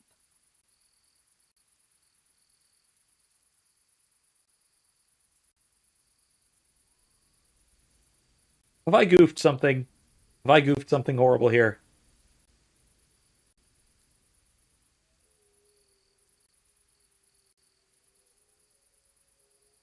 I want you, Mare. Vera. I knew it. Come on. Come closer to me.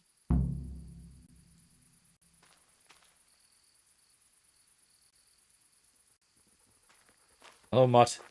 Help me.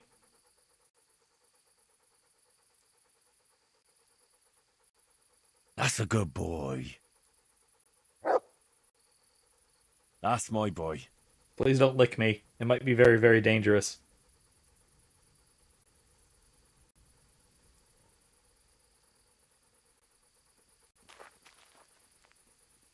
What is this quest? This is playing with the devil. Optional. Okay, so optional cavort with the women. So this is optional, I suppose. I don't know what I can do otherwise if I can just leave. Also, we seem to be in hell, which is really quite understandable. Just punch them.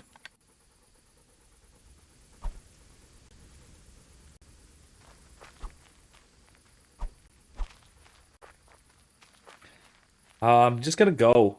I'm out of here. I'm leave. I can't just leave.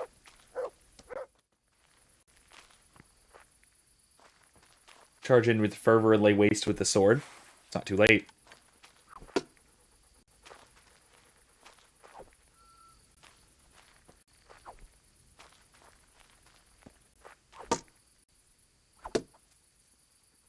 There we go. A nice cross. Oh,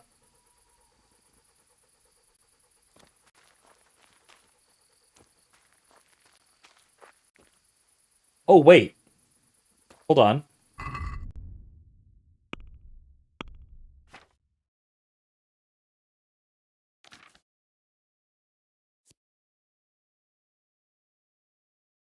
Lockpick, apparently says the guide. What? Lockpick? What do I need a lockpick?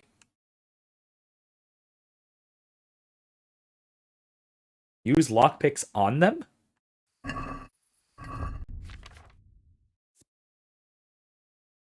How?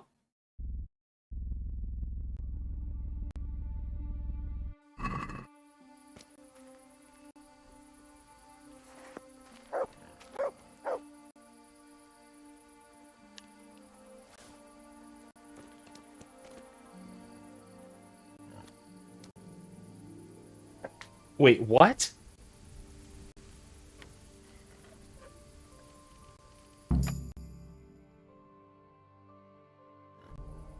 That was tough.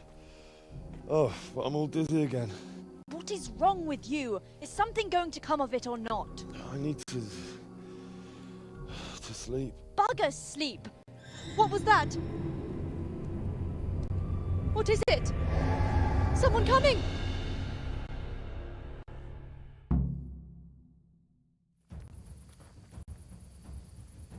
I'll wring your neck, you cur! come here. Ah! Ah! Kurwa! Oh!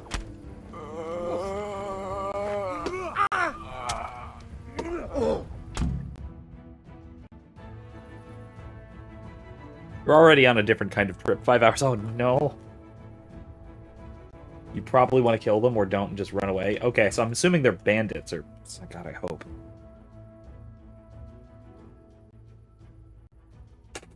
I hope I didn't just, like, slaughter a couple of guards.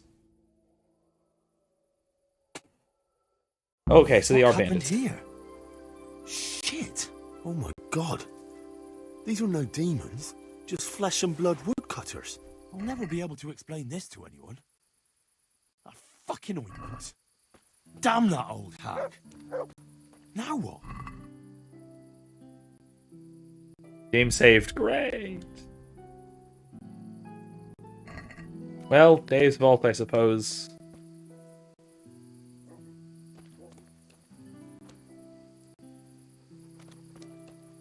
Well, yes. Well, Dave's Vault, literally, because, I suppose by God's will.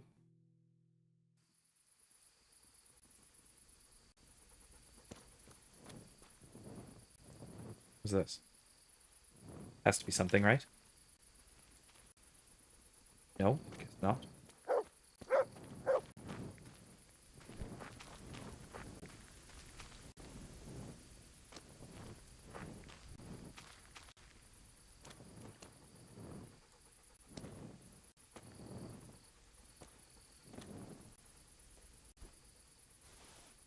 Oh, I should have just ran? Oh, no.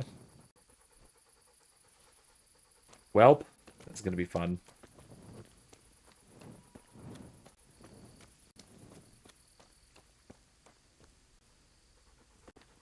Or woodcutters, they were only doing what should have been done first. Yeah. Yeah. I mean, they were labeled bandit. Their bodies were, at least. Oh, no. Well, I can hardly be blamed. Even though I will be.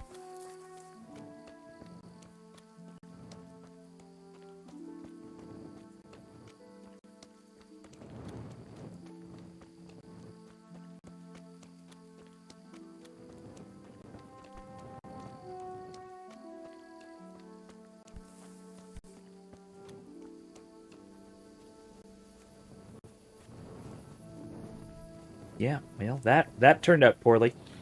But yeah, like I was saying, that this that's a cow. I'm in just random cow fields. That's great. That's fantastic. Yeah, but no, that was that's not great. I mean, it said bandits. I don't actually know if they were bandits or if they were just woodcutters, but it said bandits. They did attack me.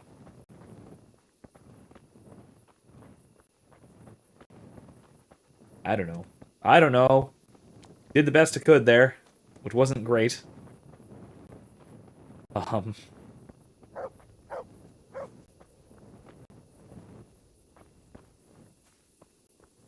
well, let's go to the church. Good thing I bought an indulgence earlier. Also, let's wash. And...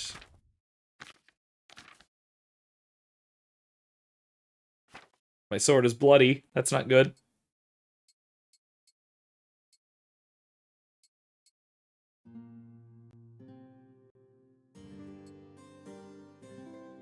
Let's wash my dirty clothes. Best I can. And...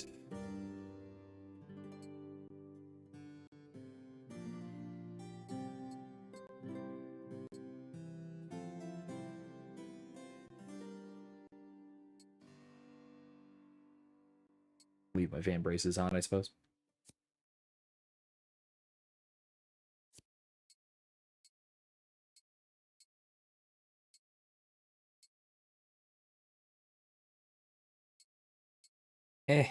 Increases some things. Alright, so.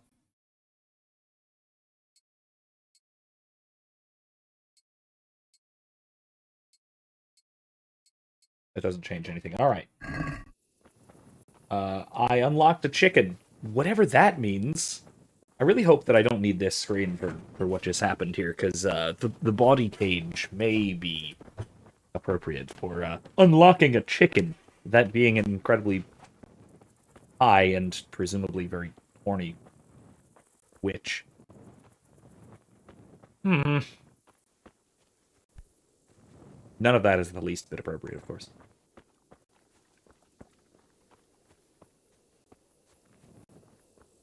All that has happened has been according to God's permissive will. Definitely not his active will.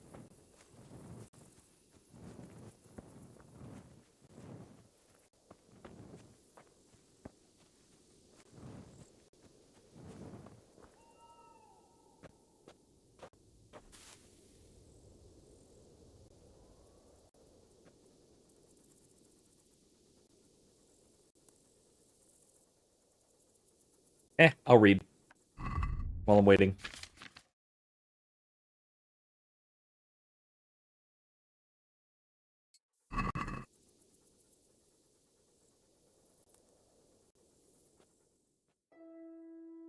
A foul, indeed.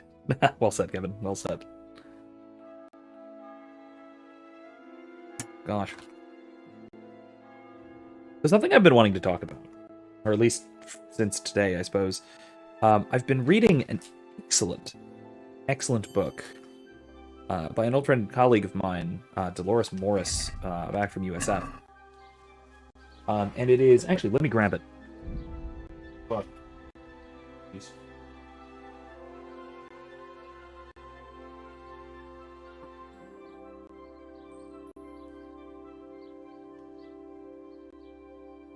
Just a moment. Is this.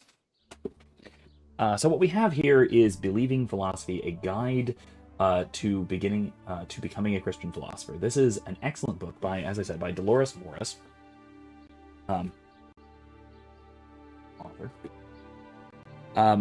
And like I said, she's a professor at USF who I've worked with before.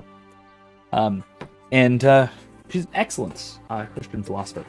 How literate is Henry now? Decently, I suppose. Let's check his... I'm curious. Let's check his... his reading skills. He's 5 literate. He's literate level 5. Whatever that means. But the book has been excellent. It includes a lot of the sorts of things that I find important and necessary to teach. And teach in any of my courses, but particularly my philosophy of religion courses, and it's really quite excellent. It's a great primer for how to think philosophically in the context of the philosophy of religion, sort of just generally from a Christian perspective and all of that. Yeah, it's very, very good. I do highly recommend it. However, there is one, I guess I would call it an error, perhaps an oversight, or perhaps just a difference in philosophical perspective. I'm going to keep reading for another hour since he's not awake yet. But it is, it's when she discusses the moral argument. When she discusses the moral argument for God's existence, so the connection of objective moral values to God's existence, she uses the same basic argument structure as C.S. Lewis in Mere Christianity. And I have to say that, of course, she does, because C.S. Lewis is the sort of the final word when it comes to the moral argument. At least sort of commonly among Christian philosophers, C.S. Lewis is the final word when it comes to the moral argument. The trouble is that Lewis relies for his moral argument on Hume's fork, or at least Hume's is-ought fallacy, or is-ought distinction, which I would call is-ought fallacy. This is, I would say, a highly contentious and ultimately incorrect supposition. He has a sword. I shouldn't break into his house. Ooh. Father.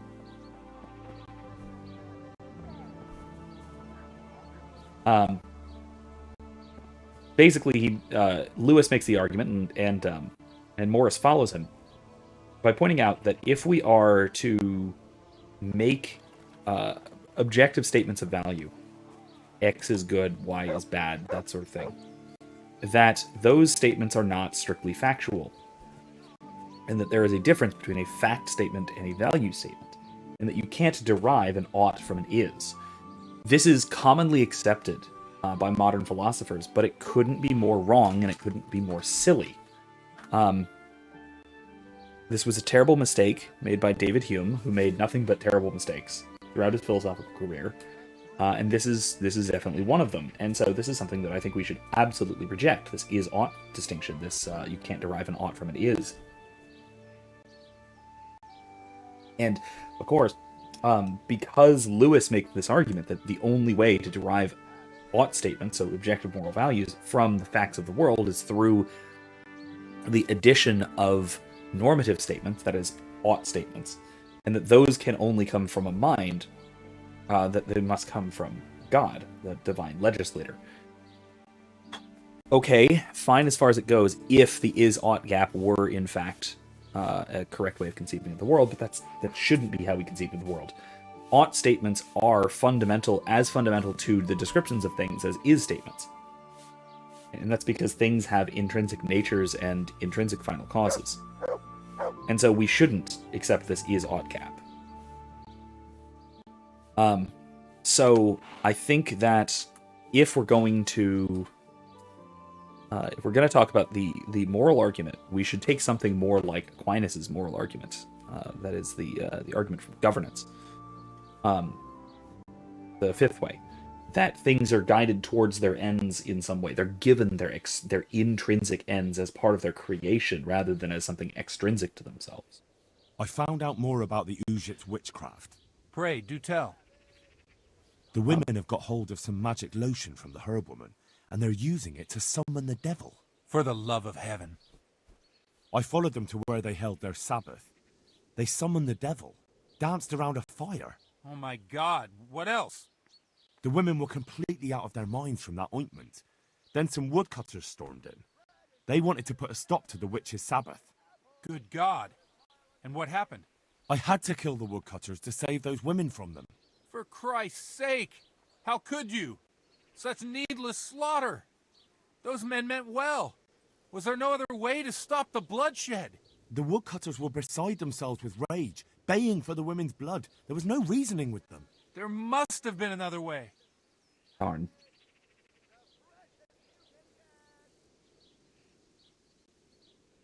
I did everything I could. The good Lord observes your deeds. Pray for the souls of those unfortunate Christians. Pray, because you have blood on your hands. At least you see where dancing with the devil can take you. Pray for their loved ones and for your soul and mine, because we share the blame. And now please, go. Leave me alone to pray. Take care now. Bad trip. I'm going to go a coin into the coffer ring, so to speak.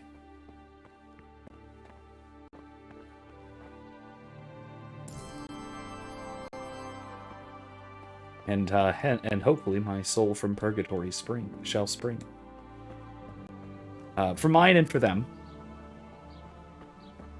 Praying for the living in this case, rather than for the dead, but still praying nonetheless. Okay, so I'm hungry.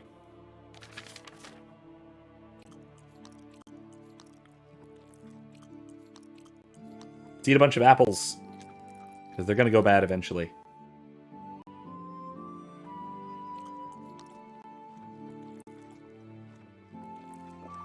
Oh crap, I didn't mean to do that. I did not mean to do that. What is this? Oh no. How do I get rid of the effect of this potion? Uh-oh.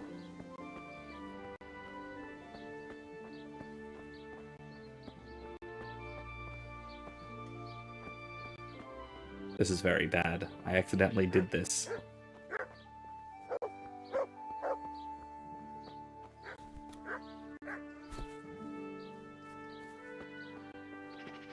Anyway, yeah, I do think that, like I said, that is a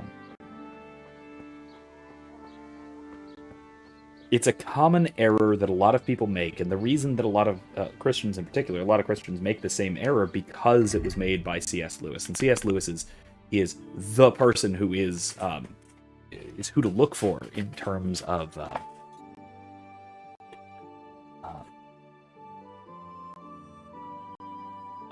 who to look for in terms of these, you know,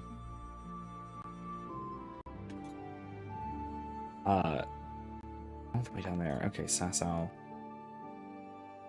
Find Pi.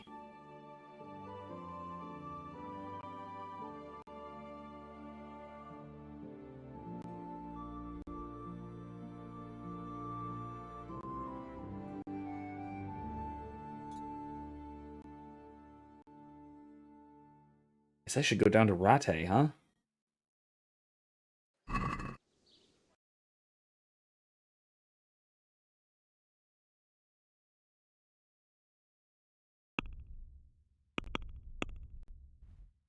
And around from Sasau. Skit. It's in Talmberg.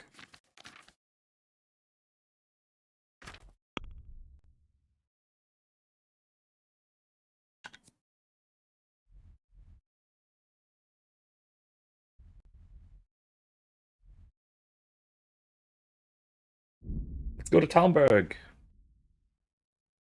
Anyway, I think that it's because it's from C.S. Lewis that Christians are very prone to believing the Humean is ought fallacy, even though we definitely should not do so.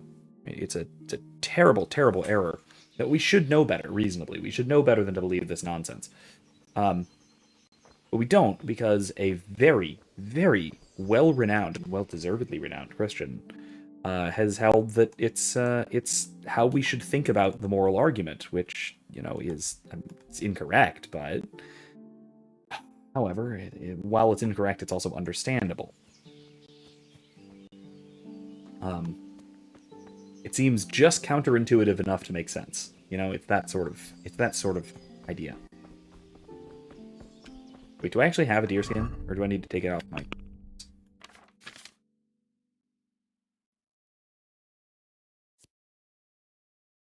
What's my green shirt on there? Oh, it's dirty. Of course it is. Wait, pauldrons. Sir Radzig's hood. It's no longer stolen. I can wear it. Oh my god.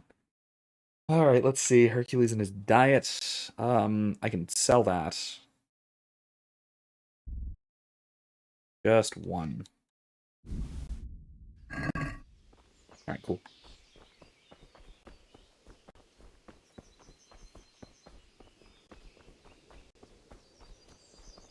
Anyway, yeah, that is I think one of the chief errors of the modern period, and one of the most widespread, but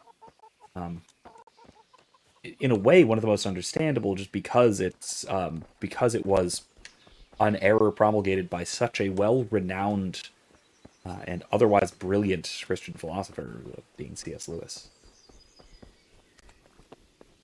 But because whenever we Christian philosophers wind up talking about the moral argument, we usually wind up talking about it in this context, and we use something like Lewis's argument that, well, you can't derive an ought from an is, and so we have all of these is statements, but we need all of these ought statements. That's kind of where this argument winds up going. The problem is that we can derive an ought from an is. My respects to you. I've got those hides you wanted.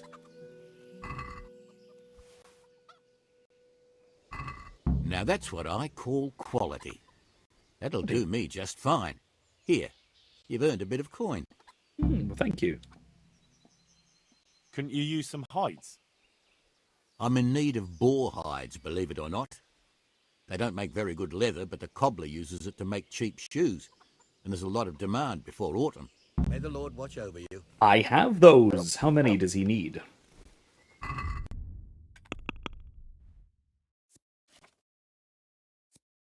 Needs 3.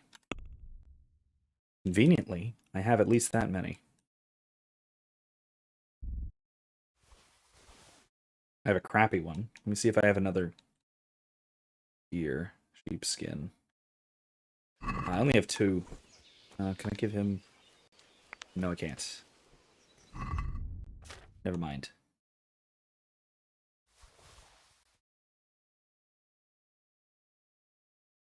Bunch of Groshen. All red, so I can sell that.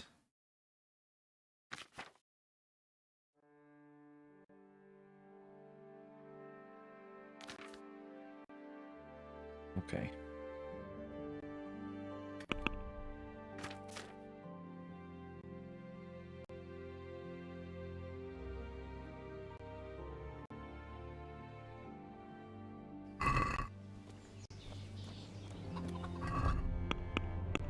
Get rid of that.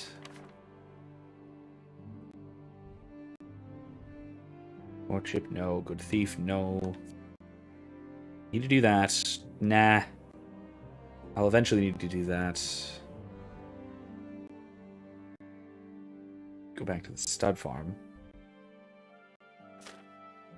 Yeah, let's do these. It's gonna take a lot of exploration, but let's go ahead and do it.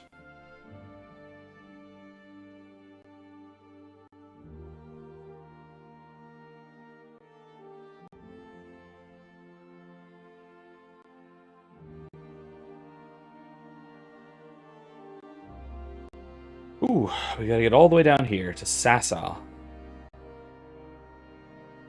Let's go for it. Explore our way to Sasa, and that'll actually probably take us through the rest of tonight, because we only have about an hour. And it looks to be quite the journey.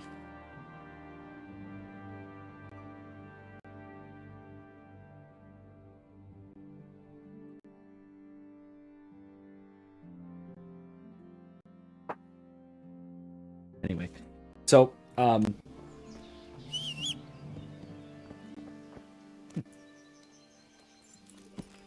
actually, what time is it? It's before noon. I can make it. I hope. Yeah.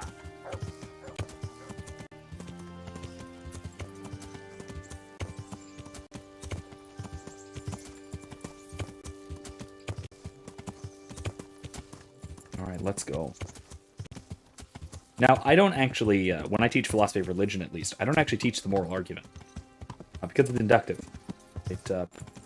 Typically, the moral argument is an inductive argument. At least the one that's put forward by C.S. Lewis and that's commonly defended, including by Dr. Morris. And so I usually will teach, I'll teach Anselm's ontological argument and Aquinas' 5 ways, as far as the standard arguments for God's existence. There are obviously others, but those are the primary ones that I'm...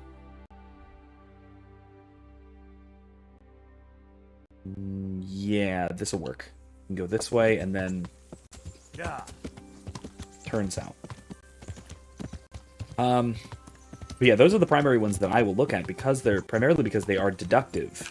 They're deductive arguments for God's existence rather than inductive.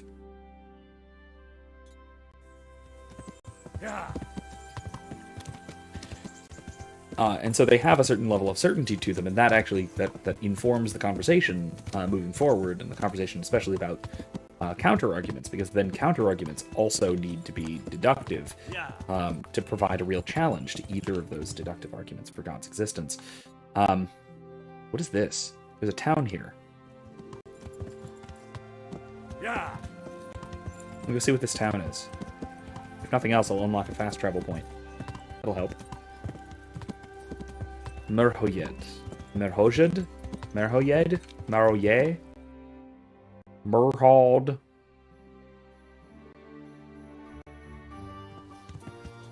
Okay. I'll come back here because I don't have any active quests here.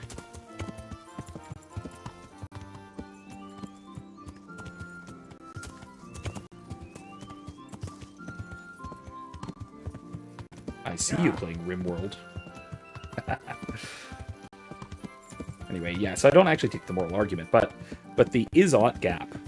Seeing as It looks like I'm going to be shifting over to teaching more ethics than philosophy of religion soon. Whether that's next semester or the following, I'm not sure. We'll have to see. But given that, I'm going to have to address the is-ought gap. Address it as a proposal, and then, more importantly and more fundamentally, why it's mistaken. Shrine. Okay, so I need to go left over here, and then go east, and then back south.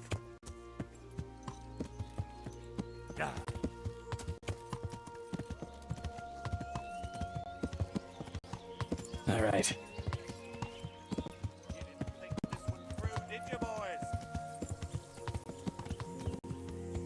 The answer to my prayer, just when I wanted to vent my...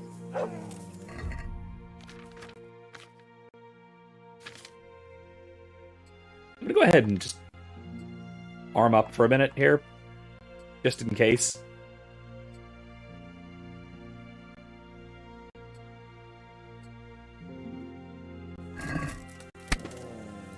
Excuse me, what's happening?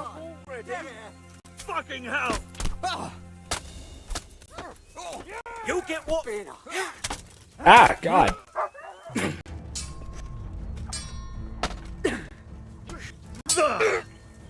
Ale to prdele.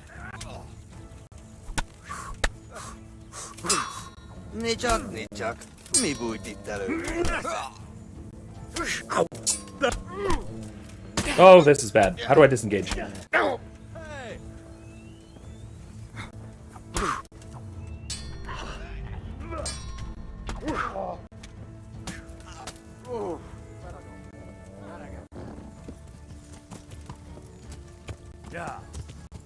Nope.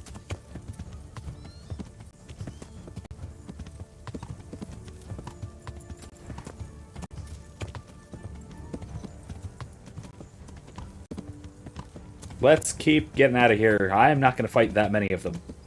There's no way. Yep, I'm out of here. That was a bunch of humans, if I'm not mistaken.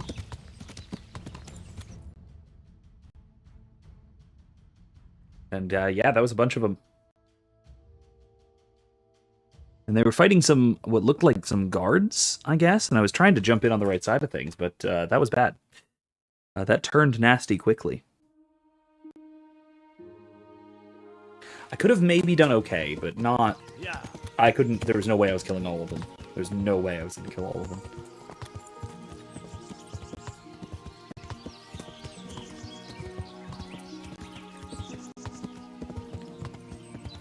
Reasonably, I probably should have just rode on past, but...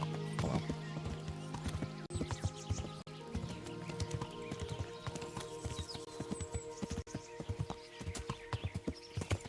An accident. Let's see what's going on here.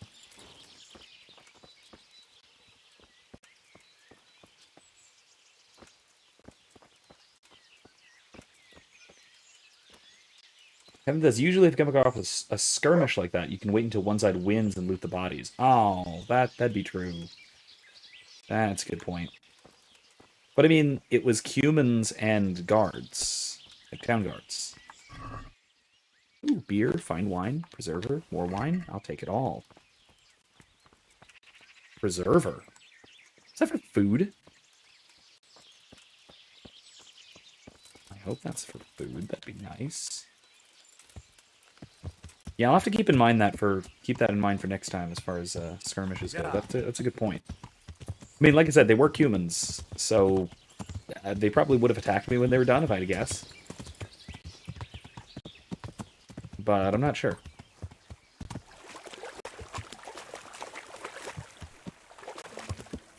Oh, it was bandits versus humans.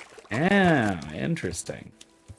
The humans were very distinctly winning, though, in that case, so... still might not have been too good. Alright, so I need to go west, then south. Oh, a miller. Oh, okay. Nothing much for me to do there, so let's keep going. Cumins as in the spice. Yeah, that's what I keep thinking as well. I can't help but think cumins spice. Can I read this from on horseback, or do I need to get down? Oh, that's gorgeous. Hold on, that's beautiful. Hold on, I need to see this. Joseph Bretzer, Stefan Lister, Scott Mitchell, Peter Mattison. I assume these are devs, but I don't know. Interesting. Cool. Yeah. Yeah, when I hear cumins, I also think the spice, so it's not just you. What's going on here? Like a stable?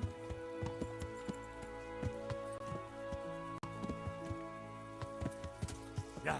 Odd. I'm hoping eventually my health will restore. I suppose I probably have to sleep. I mean, I have to sleep anyway. But they can wait at a distance and eventually they'll walk away. Interesting. I'll keep that in mind. For next time, I suppose. What's going on over here? Who's there? Uh-oh. Yeah. Just kidding. Goodbye.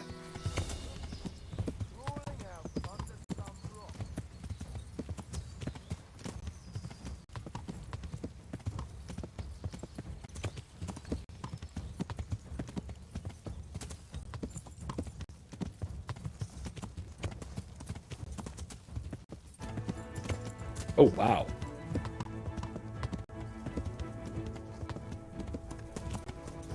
Okay, how do I get there? How do I get across? Is that actually a proper bridge, or am I crazy?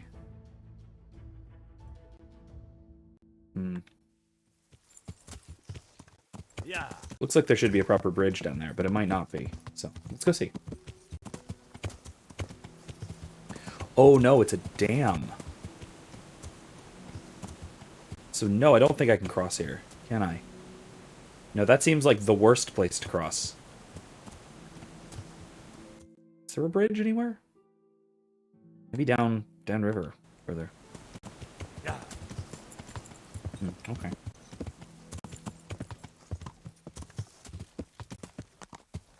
Down to Sasso. Yeah.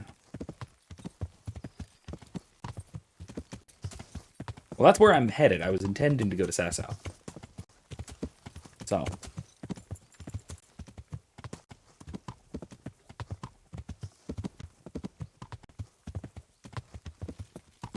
Yeah. I just don't quite precisely know the way. There we go.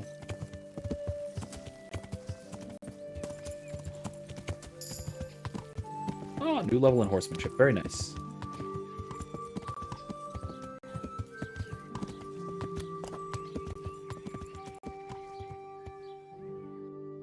Weaponsmith. Oh man, there's a lot of stuff here for me to discover. All right.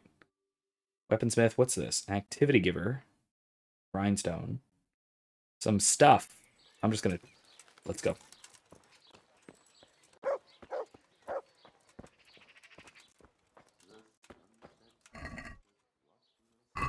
Okay.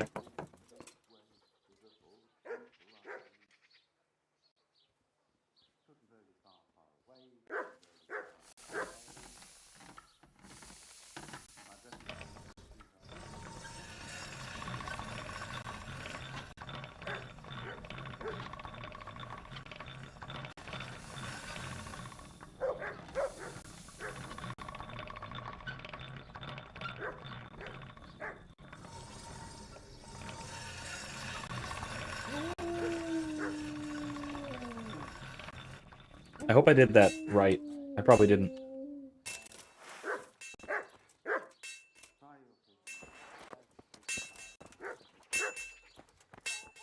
I'm getting tired. Okay. God save you. What can I do for you? Thank you. Good luck to you.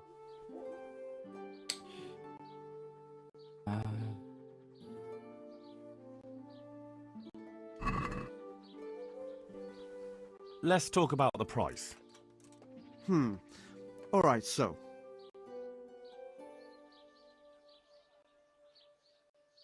Agree? You're a right pinch purse. Oh. Okay, he's not happy about this. Let's go. There we go. Satisfied? Final offer. That's not enough. So I use the perk, which means I have to agree on that price. Okay, That's fine. a sum I can live with. Fine. Okay.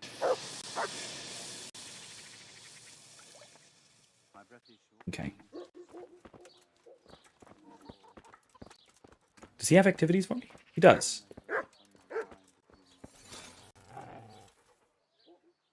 Any chance of some work? Well, come to think, there is one rather delicate matter to attend to. A while ago, a holy man came by here. He said he'd come from the Holy Land, and he was selling various relics he'd collected on his travels to pay his way. I see. Well, I heard he had some fragments of a sacred sword that once belonged to the fabled Czech Queen of Sheba. But by the time he reached me, he had no pieces left of the sword. All he had was some dubious wares, splinters from our Lord's cross, thorns from the crown, nothing of interest to me. And where did the pieces of the sword go? I mean, he sold them off to swordsmiths and blacksmiths if that's hereabouts. They just keep them lying around at home for good luck. If I had them, I'd forge them back into a sword. Can you even imagine what power it would command? If you could get me all the pieces of the sword, it's that quest. I'd repay you very handsomely. Again, this is a very standard RPG quest, but I like it. Are you sure the Queen of Sheba's a Czech queen? Who else would she be? Have you not heard of her? Our some priest. She's in the Bible. No, she's not, but okay. What kind of power did this sword have? What do you think? It brought its bearer good luck in combat and protection from enemies. Okay. Well, St. Drosimus Sassons, pray for us. Although, oh no, he was around. He was before this. He was 7th century, I think. I could do with a sword like that. What if you sold it to me? Well, everything has its price, but this one would be expensive. Getting hold of the bits is one thing. Forging them back together is quite another. That tinkerer from Ratite couldn't manage it. Sure. Well, it does sound very interesting. I'll ask them and see what I can do. Excellent. You'll see you won't regret it. I'll pay you well.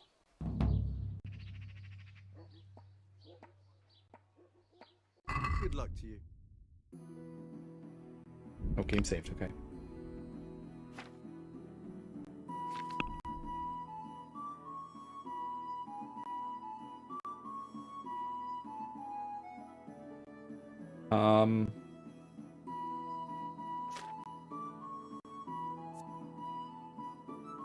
Can only be read after level 10. Book on maintenance.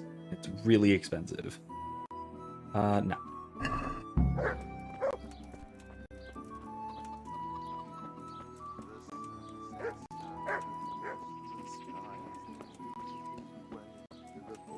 Well, I already have one piece. Wow, okay. Alright. Nice.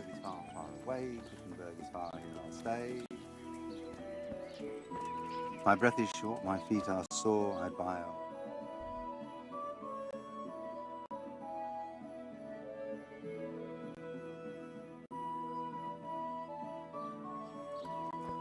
The sun may burn, the sun may shine, but you will not wither, darling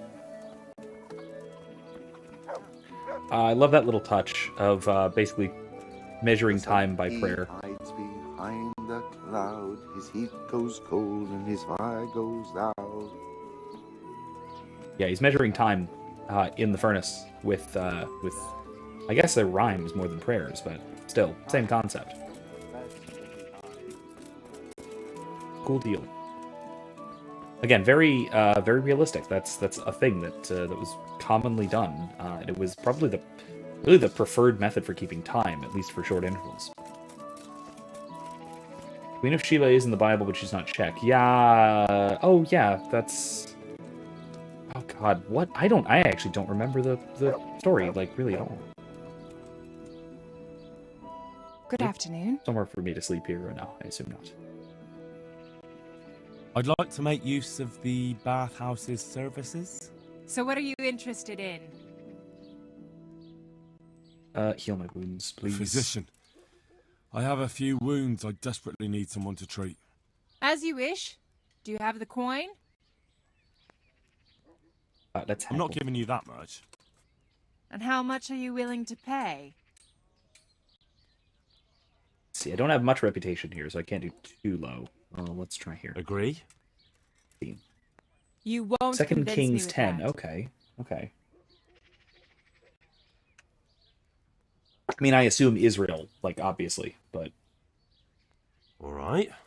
And now? I'd Not almost Israel, shake but on that. not Israel per Almost. se. I don't think she wasn't a queen of Israel, was she? You won't regret spending the money. Okay. I guarantee it. May the Lord watch over you.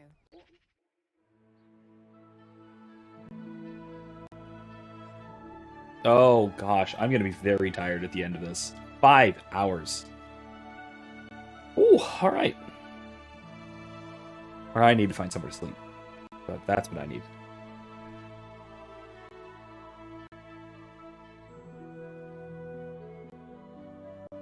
There's a lot going on in Sasau.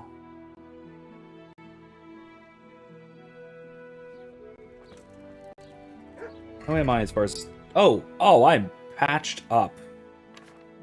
I am absolutely patched up. Let's, change our clothes, too. Let's go with the burger slippers, that's fine. Take off our fan braces, too. Yeah.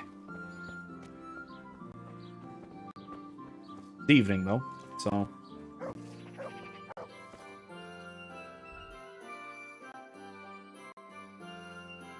Activity giver, right down there. That'll do. See what all this is? Butcher, huh? Assuming he wants meat. Wants me to go poaching for him. I'm guessing, I'm not sure. Let's see. God save you. What can I do for you? Are you in need of a helping hand, Master Butcher? Helping hand? No. But I've got a problem with supplies. I understand. The roads aren't safe these days. No, that's not what I meant. Beef and pork I can get plenty of. But the burgers here have a taste for aristocratic food. And maybe you can help me with that. You want me to poach game? Heaven forbid I would ever suggest such a thing. No. You would have to get it by, other means. I don't want to spoil your plans, but game doesn't grow on trees. No, but if you happen to be walking in the woods and, came across something, if you see what I mean. Sure. All right. Let's Poaching's say I'll fine. take a walk in the woods and I'll come across something and bring it to you. Excellent. I'm glad to see you speak my language. Get me a wild boar for now, so I can see what you can do. And don't worry, I don't think I can do you'll that. be well rewarded. Good luck to you. I don't think I can do that.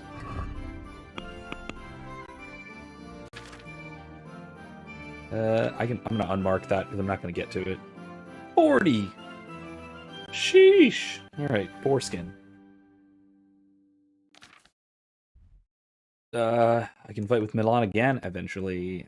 Hermit, Steel, Ruin, Aquarius. Sasau. I'm in the right place. Lordship, no. Thief, no. After service, get the decorative crown from the masters in Sasau. Okay, that's over there. Hi, Nightingales. Scout. Okay. First Kings. Okay. Like I said, I don't really recall the story too well, so. Oh, there's a boar. Oh, well, that would be one hell of a way to poach the boar from him. God, can I do that? I'm asking for trouble if I even try something like that, aren't I? I'm really asking for trouble. Let's see. No, let's go the other way. It's getting late in the day, so.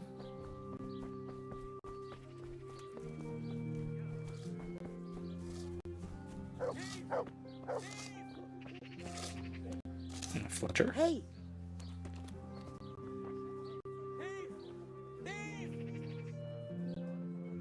Thief. Hey. You won't get away with this.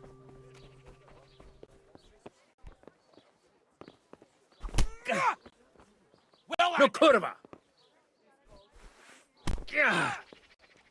Aga. Oh. Yeah.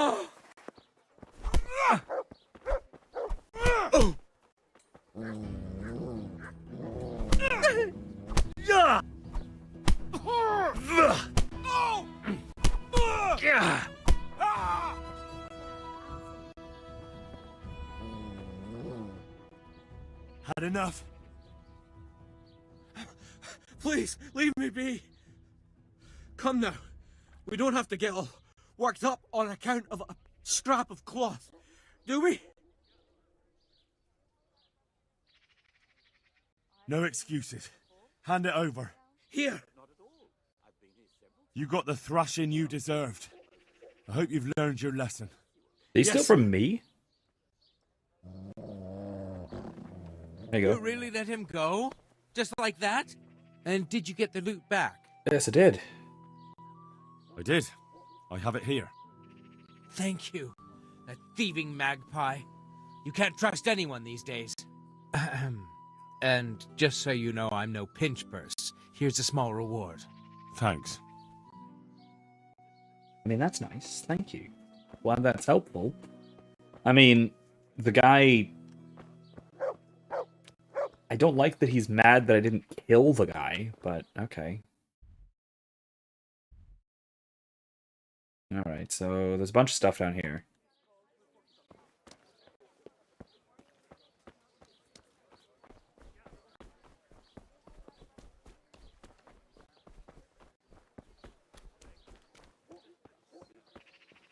Oh, tavern. Here we go.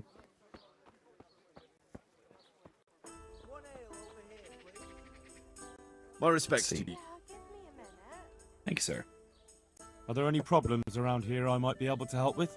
Well, depends what you're willing to do. There was one troublemaker around here not long ago. We dealt with him. He was selling some relics he claimed were miraculous. But it was nothing but worthless trinkets. The villagers sent the bloody swindler packing so fast you couldn't see his heels for dust. All the way to Ledechko, I believe. I reckon he won't last long there either. Ledechko, and it occurs to me, of course it's your own Skalitz folk need the most help. There's some of them at the monastery. I talked to Johanka a few times. She's working her fingers to the bone taking care of the injured ones there. I'm sure she'd welcome some good Samaritan who'd lighten her load. And there's another thing. You're from Skalitz, It's a lot of things. You must know Fritz and Matthew then. Them fellows need to learn some manners. Fritz and Matthew? They've been making mischief and folk are getting fed up with them. Oh. That's all I can think of. Excellent. Farewell.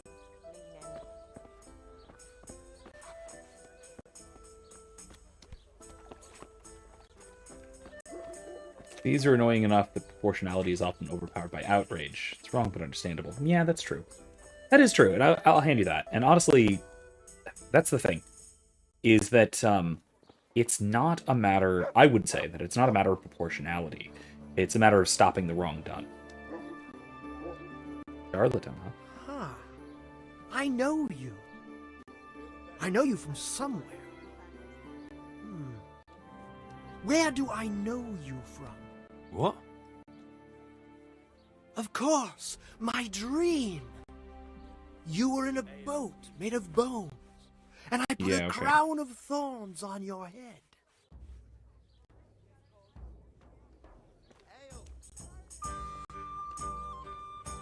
Fine. All right. Tell me about this Fine. dream of yours. That dream. Yes, that dream has come true. I dreamt that a young man would become my apprentice, my own pupil in the trade of miracles. And that's supposed to be me? Who else? What's your name, young man? Henry. Henry. Great. A powerful name. So, Henry, are you ready to become my apprentice?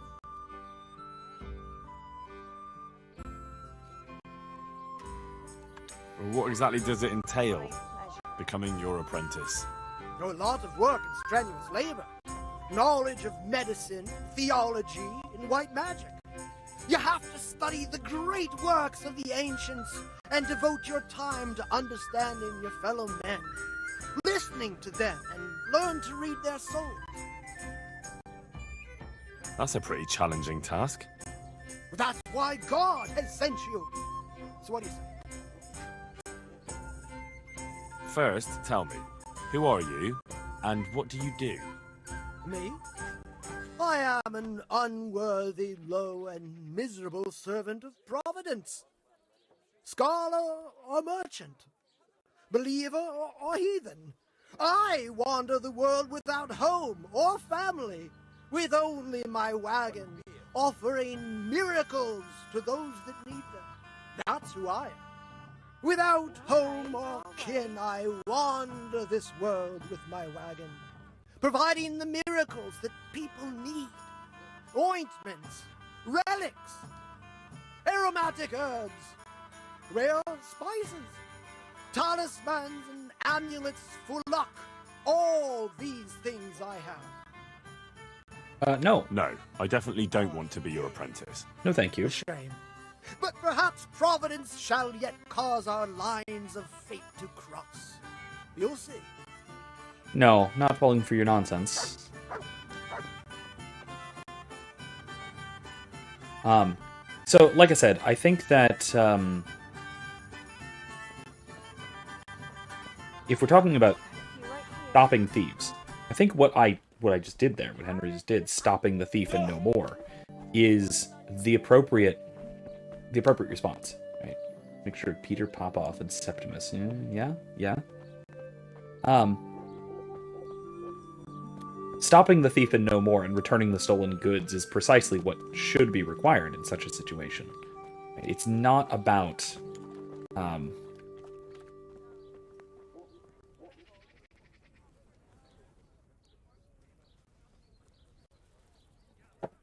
It's not about,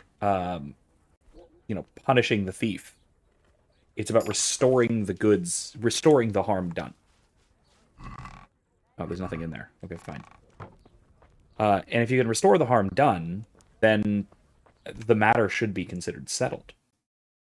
Because that's what's wrong. That is what has gone on, and that's what needs still to be remedied. Rather than it being anything like, well, hello.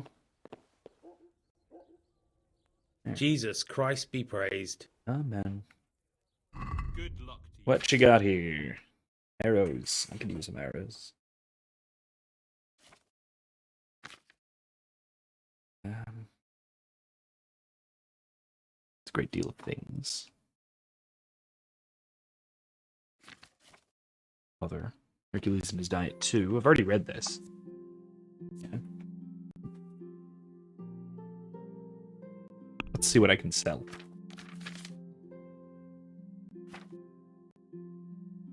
Anything here I can really... Nah.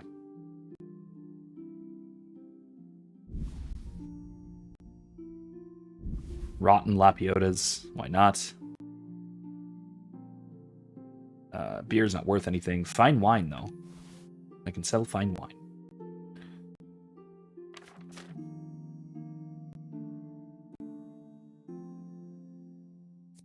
That's all the way red. I can sell it for 8.1. That's fine.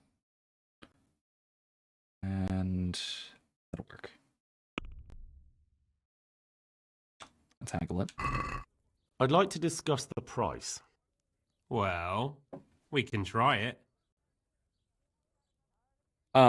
So Kevin says, well, what are the continuing risk of repeated crimes? The thief may just hone his skills by his mistake and return later. There's a real risk of that, but if you are to What about this? Oh, he didn't like that.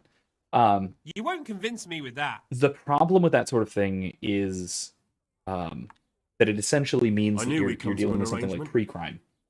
Right? You're having to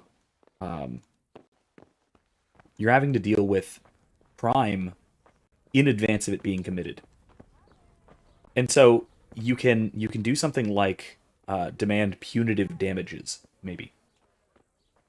Which punitive damages in a case like this would mean something like damages to stop someone, to discourage someone's bad behavior, but not primarily to discourage, but to, or not to punish, but to I suppose to discourage, I guess you'd say.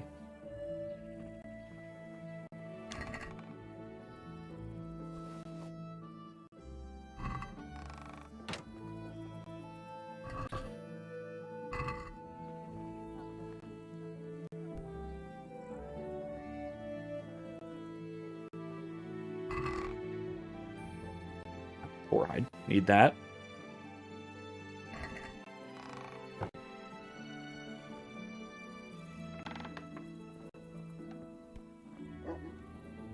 Okay. But you're right that if you don't deter the thief, then the thief could just continue on thieving. And so there's something to deterring the thief by providing as full a recompense to the victim as possible. And in a lot of cases, that will mean providing further compensation, not just for what was stolen, but for hardship. And so force them to pay. Pay the victim, though, not like just lobbing off a finger, for example. Because lobbing off a finger does not actually help anyone, it only harms. Hey, Sking's Biscuit. Welcome. Hello and welcome. We are about a half an hour left, and most of that is going to be exploring around here. And it's almost nightfall, so it looks like... Oh, it's 3:30 a.m. Wow, alright. Well, welcome. It's only 11:30 here, and I usually wrap around my midnight, so we're got about another half an hour for tonight. And most of this is going to be some exploration, and maybe, just maybe, we will do. Oh wait, that's totally the wrong way. Ask for Father Francis here. Oh yeah, better get a torch out. Yeah, it's not nightfall just yet, but it will be soon. So it will. How long do torches last? I haven't actually figured that out yet. Haven't run out of one. Here, let me put this onto the horse. Should read that book at some point.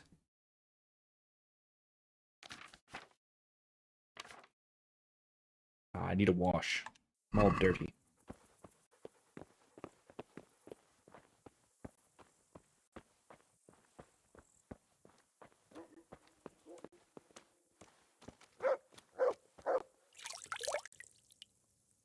Oh, they are infinite. Really? I didn't realize. Yeah, this is my first playthrough. I've actually been realistically, I've just been waiting to play this on stream with everybody.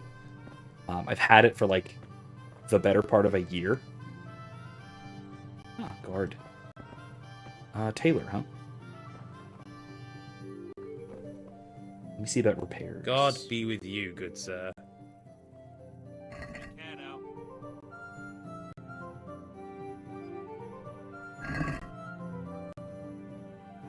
Can we do something about the price?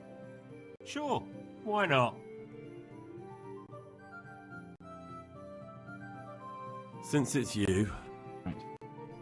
That's a poor offer. Seeing Distance says, I wish I could go back to my first time. I've run 3,000 hours. Wow, that's something. See now, I knew we'd come to an agreement.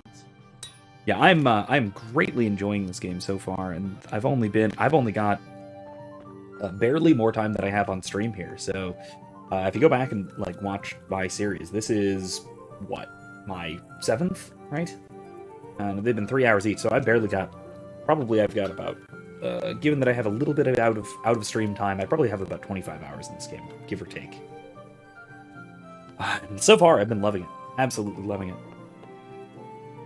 I'm by training, I'm an academic philosopher. It's like my day job, and I study primarily the medieval period, and also history to a degree. Although I will say that my historical studies are right around this period, but my philosophical studies are more or less a little bit before the 15th century. More so the 13th, really, is where most of my historical studies are. Can I talk to you? No. Okay.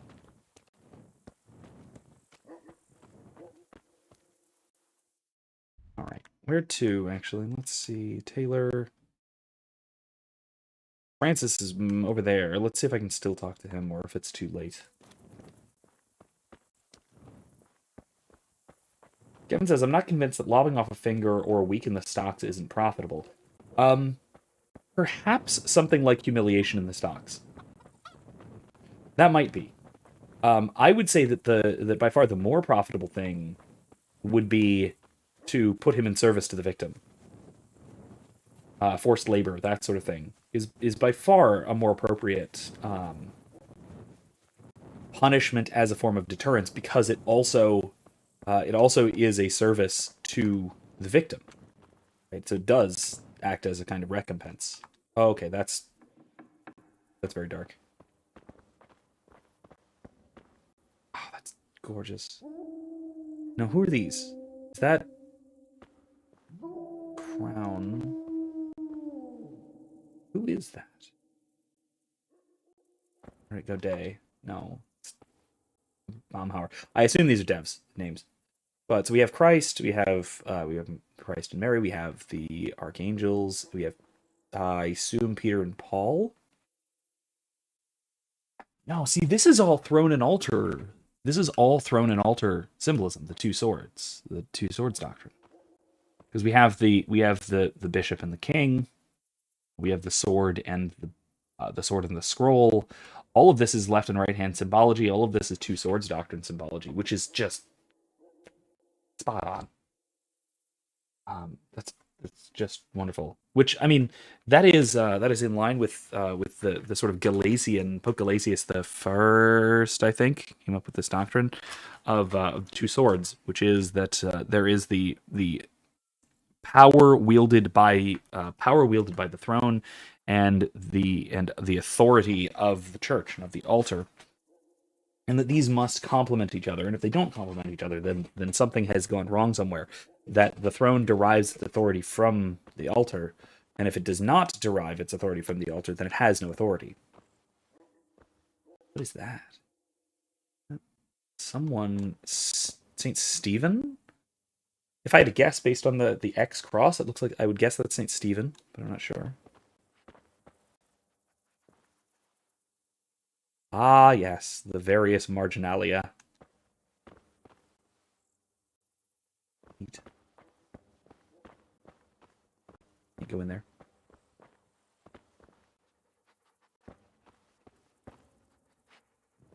Excuse me, what? Gotta get through. Can I get through?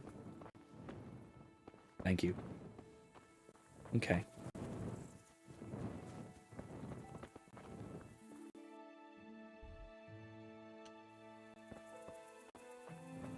What's over here?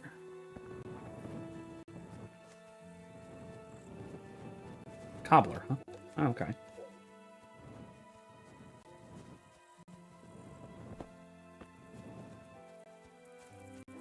Sking Biscuit says, mostly I just dress up and roleplay nowadays. The realism of the world is so immersive, I can sink hours and hours into anything from playing dice to archery contests to poaching in the forest. The main quest I'm on is the main quest I'm lollygagging on. Is... Wrong thing. Let's see... Ginger in a Pickle. Just about the end of Ginger. My next goal is to go back to Neuhaus and then back to Captain Barnard. But I've been kind of delaying and doing a whole bunch of side quests and a whole bunch of exploration. The kind of thing that you're talking about, because I just love the world so much. The world is just incredible to explore. And so I've been pretty much just doing that. I've been wandering around doing all that. Oh, that's where you are on your current playthrough. Cool. I feel like that's totally understandable because this feels like a place that... This feels like just about the right place to just delay for a gratuitous amount of time. It feels like the appropriate time to do a whole bunch of side quests. I mean, let me see. How do I even get there? Back this way, huh? I bet.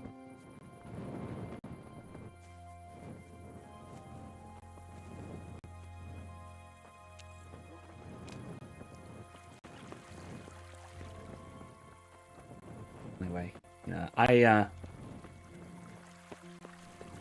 think this it says, as soon as you finish this quest, visit Captain Barnard and Rate. The game doesn't make it obvious, but it'll teach you something very important combat-wise that'll help immensely. Interesting. Okay, okay.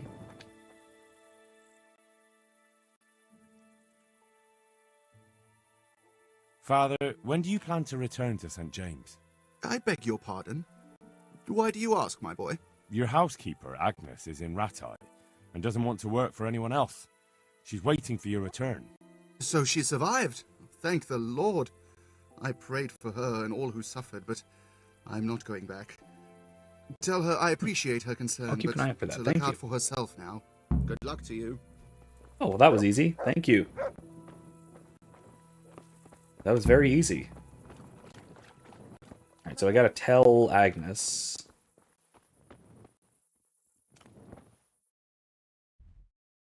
What is this little place anyway? A little farmstead? Come now.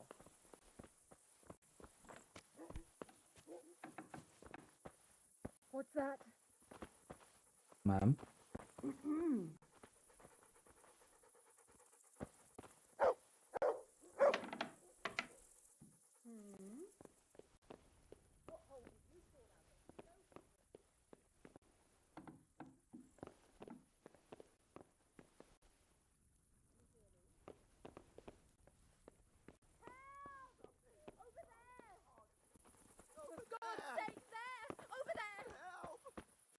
Oh, I've been seeing pickpocketing. Whoops.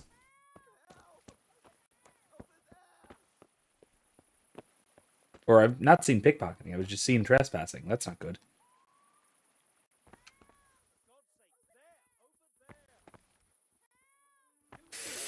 Uh-oh.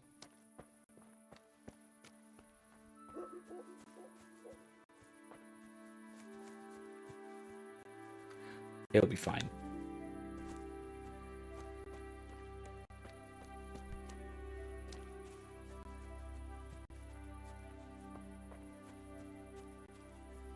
I'm wondering if I should just wait and see if it blows over. I'm assuming it will. Ah! Erica, kill it. Kill it. Bot. Die.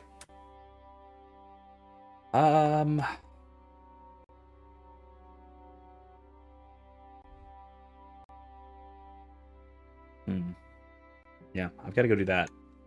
Quest giver right here. Let's see what that's about. It will not blow over anytime soon. Great. Alright, well, let's see.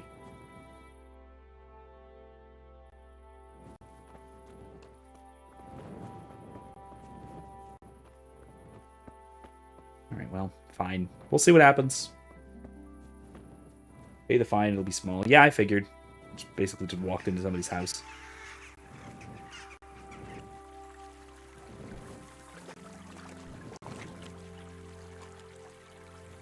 Ugh. Yeah, I suppose I'll do that. Next guard I see, which I haven't seen, but fine.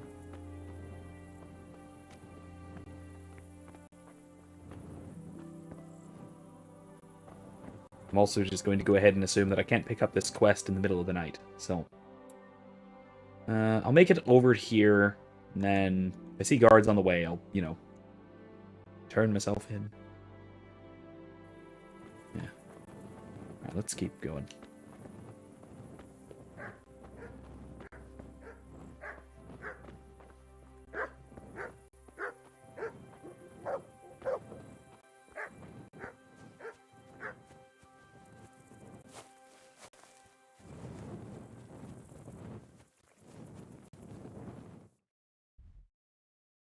Lost, huh?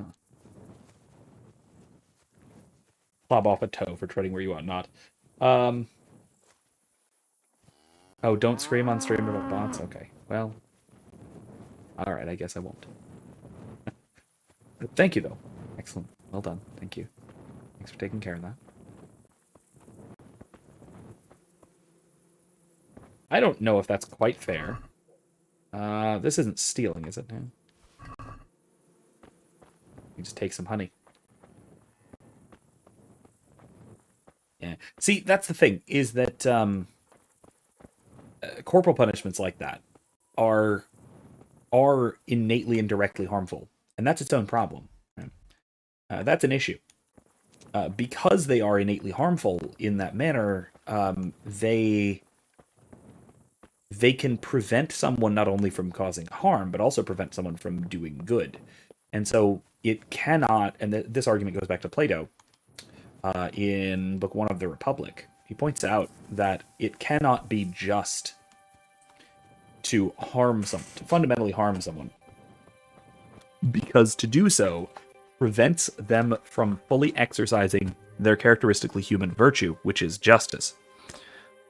And so by harming someone in this respect, in preventing someone from being most fully human, especially in the long run, whether that's lobbing off a finger or whatever else,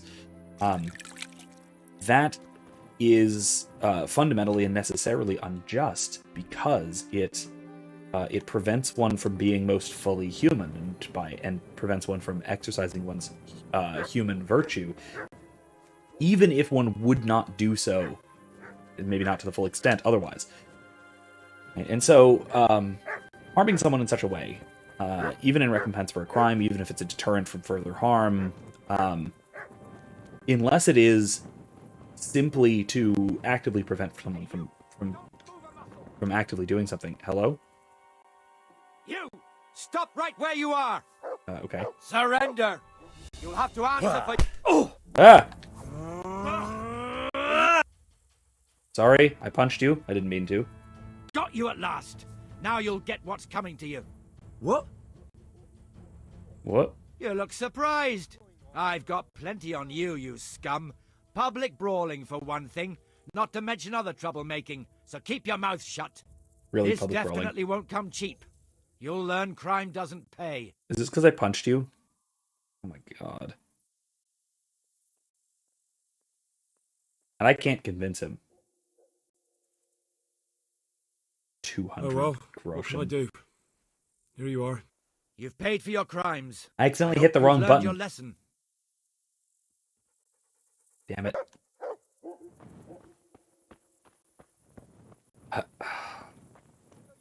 Well, alright, anyway, that was dumb. It was on me, though. I hit the wrong button and I accidentally punched him. King Biscuit says, a strong flick on the nose and a stern talking to, then. I mean, maybe, I suppose, something like that. I would say something more along the lines, like I said, I would say something more along the lines of servitude, or in some way, service to the one harmed. No fancy clothes or potions can boost your charisma, although which helps. Okay, yeah. What do we make of the Levitical punishments in light of Plato? I think that the Levitical punishments are, well,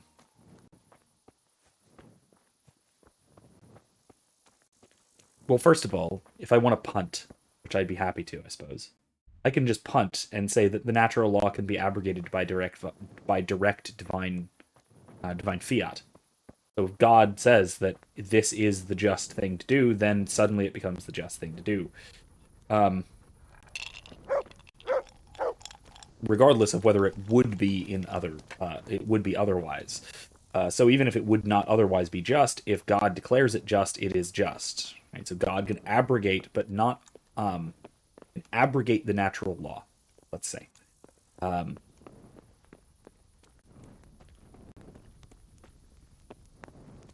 by abrogating the natural law, what then happens, I'm going to play some dice for the rest of Good health to you, sir. Minutes. The natural Okay, law so would you say have harm dice. is not to be done. I'm going to lowball him. to start. How about 20? May the Lord watch over you. I want to.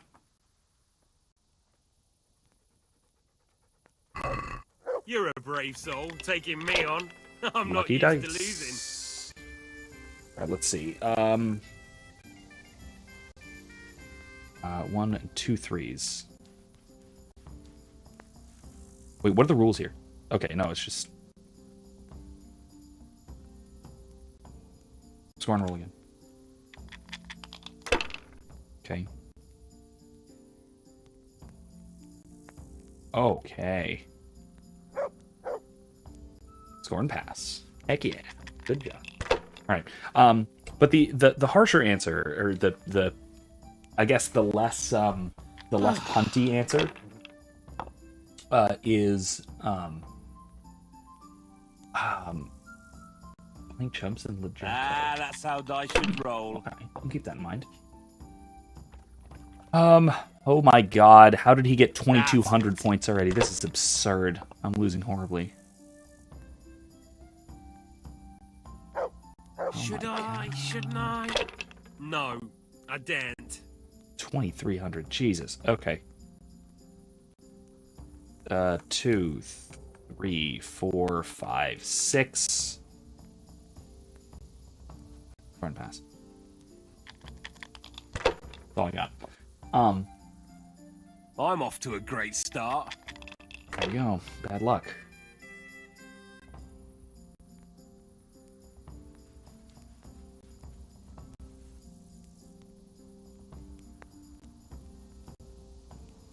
Yeah, score and pass. Let's do it. Yeah, so it's I would otherwise say though that you can say that punishment like that is within something like not recompense, but I shouldn't have it pushed can be justified by by first of all somebody abrogating their right not to be harmed.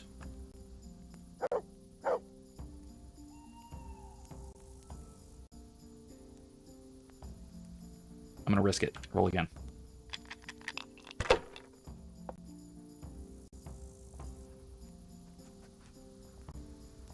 All right, score and pass. Yeah. Do the same for hundreds. Yeah. No, I've done this. Full house is 500, multiple 1s and 6 is your best play. Okay. Jeez. Okay, I'm ahead. Just That's as good. long as it keeps going like this. Okay, that's fine. At least it was on the first roll. Didn't lose points. Ooh, that's a good roll. Now you. All right.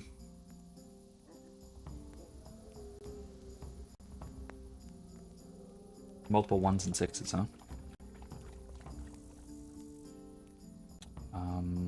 Yeah, score and roll again.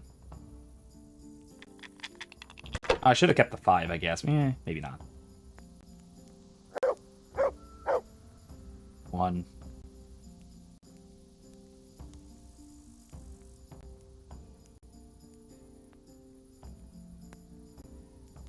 Oh, that's it. That's all I can do. He's ahead of me, and this is rough. He might win. He might win this. That's it.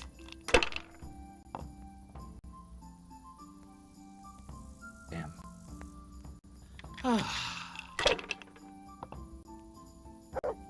What the hell's with these damn dice? All right, good deal. So I would say that. And roll again. I would say that if you I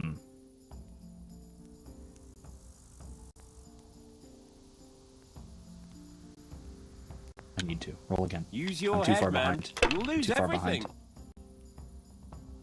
behind. Bust. That was worth a shot. Yeah, so I think that because the wrong done is effectively negating someone's right not to be harmed in exchange, then returning harm is a minimally acceptable. They're rolling well this game. Is a minimally acceptable thing to do. in exchange for harm done. But it's not like you're exchanging. It's not like you're giving something in exchange for, like, you're giving harm back because you've received harm. Because receiving harm isn't anything. It is, you've received nothing. Right? When somebody harms you, it's not like you've gotten something. It's that something has been taken from you. And so they owe you something. You don't owe them harm. So strictly speaking, that is, I think, how we should consider these sorts of things. That's how we should consider wrongdoing, is that someone has taken something from you, rather than, hey, it's Fritz. That somebody's taken something from you, rather than thinking of it in terms of you owe them back something.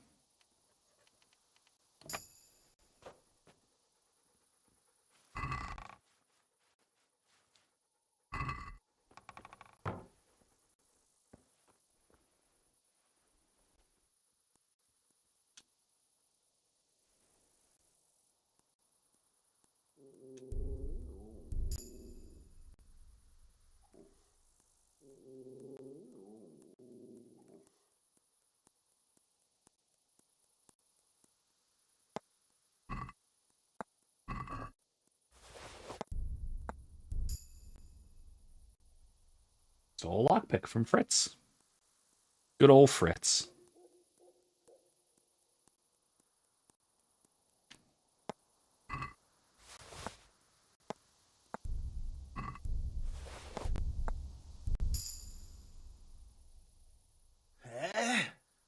No. Clear off. Let me sleep. Okay, sorry, Fritz. Anyway. So by sort of giving up your right not to be harmed in turn for something, what's effectively going on is that you are someone can take from you in exchange, but it can't harm you in turn if it will benefit either you and or the common good.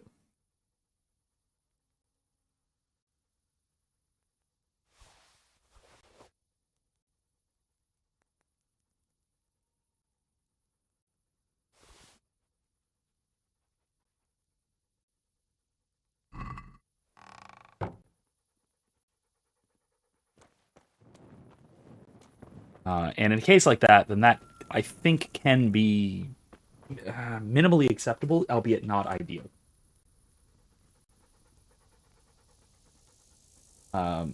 Sking Biscuit says, I can see a lot of things going wrong with direct servitude as recompense, grudges grow deeper, etc. That can happen. And I mean, let's be honest. If we're to be proper Christians, I think we should say that rather than recompense, we should, like, the morally ideal situation is not recompense but forgiveness. And if you can reasonably forgive someone for harm that they have done, then you should. That it's the right thing to do, and that it is probably the most beneficial to you and to them. It's beneficial to everybody. To forgive wrong done, rather than to hold a grudge, or rather than even to demand recompense. And so because of that, because it is, because we know from Christian teaching that forgiveness is preferable to demanding recompense. That actually lines up with your point that can lead to things like grudges, and that's a problem. And that is a genuine problem that needs to be dealt with, and part of a way to deal with that, at least if not the way, a way to deal with that is forgiveness. Kevin says, what evidence do you have that God abrogated natural law as opposed to prescribed a system of adjudication? I don't, and I don't actually think that's what happened. I do think that it is just, it's at least not unjust, let's say, to do something like what the Levitical law prescribes. It's just that is a possibility, and that's for example, divorce. Right? God permitted divorce in the Old Testament, even though divorce is contrary to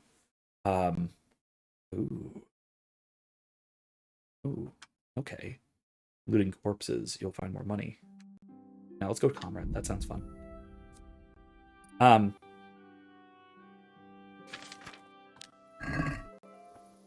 Yeah, so so my point though, right, is that God can abrogate the natural law very clearly, and he has, right? Divorce is the perfect example of an abrogation of the natural law. And in that case, it is due to the hardening of men's hearts, what we're told. So God permitted divorce, even though divorce is contrary to the natural law. So that sort of thing can happen, certainly. But you're right. I don't actually think that it did happen in that case. I don't think that is a proper or an accurate description of why it is okay to punish people in that way. Let's read a book in the middle of the night, shall we? Let's end off with a nice story. The nice story. The evil mortals in Bohemia. The Czechs have ceased to preserve their good name and sinfully devote themselves to hedonistic delights. The old of their ilk stuff themselves like pigs and merely idle about in their homes, while the young have taken to dog hunting. The noblemen, I don't know if that means hunting with dogs or hunting dogs. And Biscuit says, I love that you're saying this while ransacking innocent villagers' homes and stealing their belongings. Yeah. Pro tip, though, sell all to Peshek and rob his groschen. He gets rich from your goods. Wait, you could sell to Peshek and rob him? Wow, that's actually a good idea. Not a bad idea. The noblemen have begun to do that which once behooved only servants. Where once each lord kept his house clean and orderly, now dogs lie there, and ear hunters hunted, and lords would come to visit them as need be. Today they have devoted themselves to this lowly art, as if they have forgotten about their own blood. Here they would sit at a table and attend to the affairs of the land, and see to the multiplication of its peace and wealth. Today they are wont to share a roof with a dog of the hunt, and to consider conversation of dogs and hunting to be of the most honourable variety. And thus the wealth of their estates is deteriorating, and the stench of their dogs shall soon kill them. In days of yore, when they set off to war, their own country they did not loot, and took only from the enemy. Yet what of today? When they depart upon a military campaign, their first action is to plunder their own country. In times ere they dared not touch the property of the Holy Church, and honored it rightly. Today they have no shame in plundering churches and monasteries. Without honor they return from battle. Having molested young maidens and drunk every drop of mead, they return home like drunken beasts, and new injustices do perpetrate. Not a single crumb of honor is left in these once proud Czechs, and a time will come when they shall cry over their gain and only gladly return to the old ways and order. All right. Yeah, so that is actually a point that I... The whole randomly thieving stuff in this game is... I don't know what it is about the mechanics of this game, but it is just so wildly tempting to just steal everything that isn't nailed down. Not sure exactly what it is about this game, but it's one of those things which is, I think, very common to a lot of RPGs, that it just seems like the thing to do because it's baked so heartily into the mechanics. Anyway, it is midnight here. What that means is I'm going to call it a night. So thank you so much for joining me. If you haven't caught my last video, which is a commentary on a nice commentary on It's the Great Pumpkin, Charlie Brown, you might find that interesting. You might find that a good thing to watch. Nice, seasonally appropriate, but with this being spooky season or Memento Mori month. Let's go with Memento Mori month, November. Let's go with that. So that might be interesting to you. And then previously to that, I also have some commentary on the Rings of Power. So if that's something interesting to you, then feel free to give that a look as well. Otherwise, I certainly hope to see you back on Monday. We're going to be going back to Knights of the Old Republic, Star Wars Knights of the Old Republic 2, back on that quest on Nar Shaddaa. That whole complicated, crazy thing with the entire party involved. Should be a lot of fun. And then Thursday, we will be right back here. If not right here, I might do some stuff off stream. We'll see. But otherwise, I hope to see you again on Thursday. So, thank you once again. I hope everybody has a wonderful evening. Thank you for joining me one more time. And don't be safe, be well, and more importantly, be good.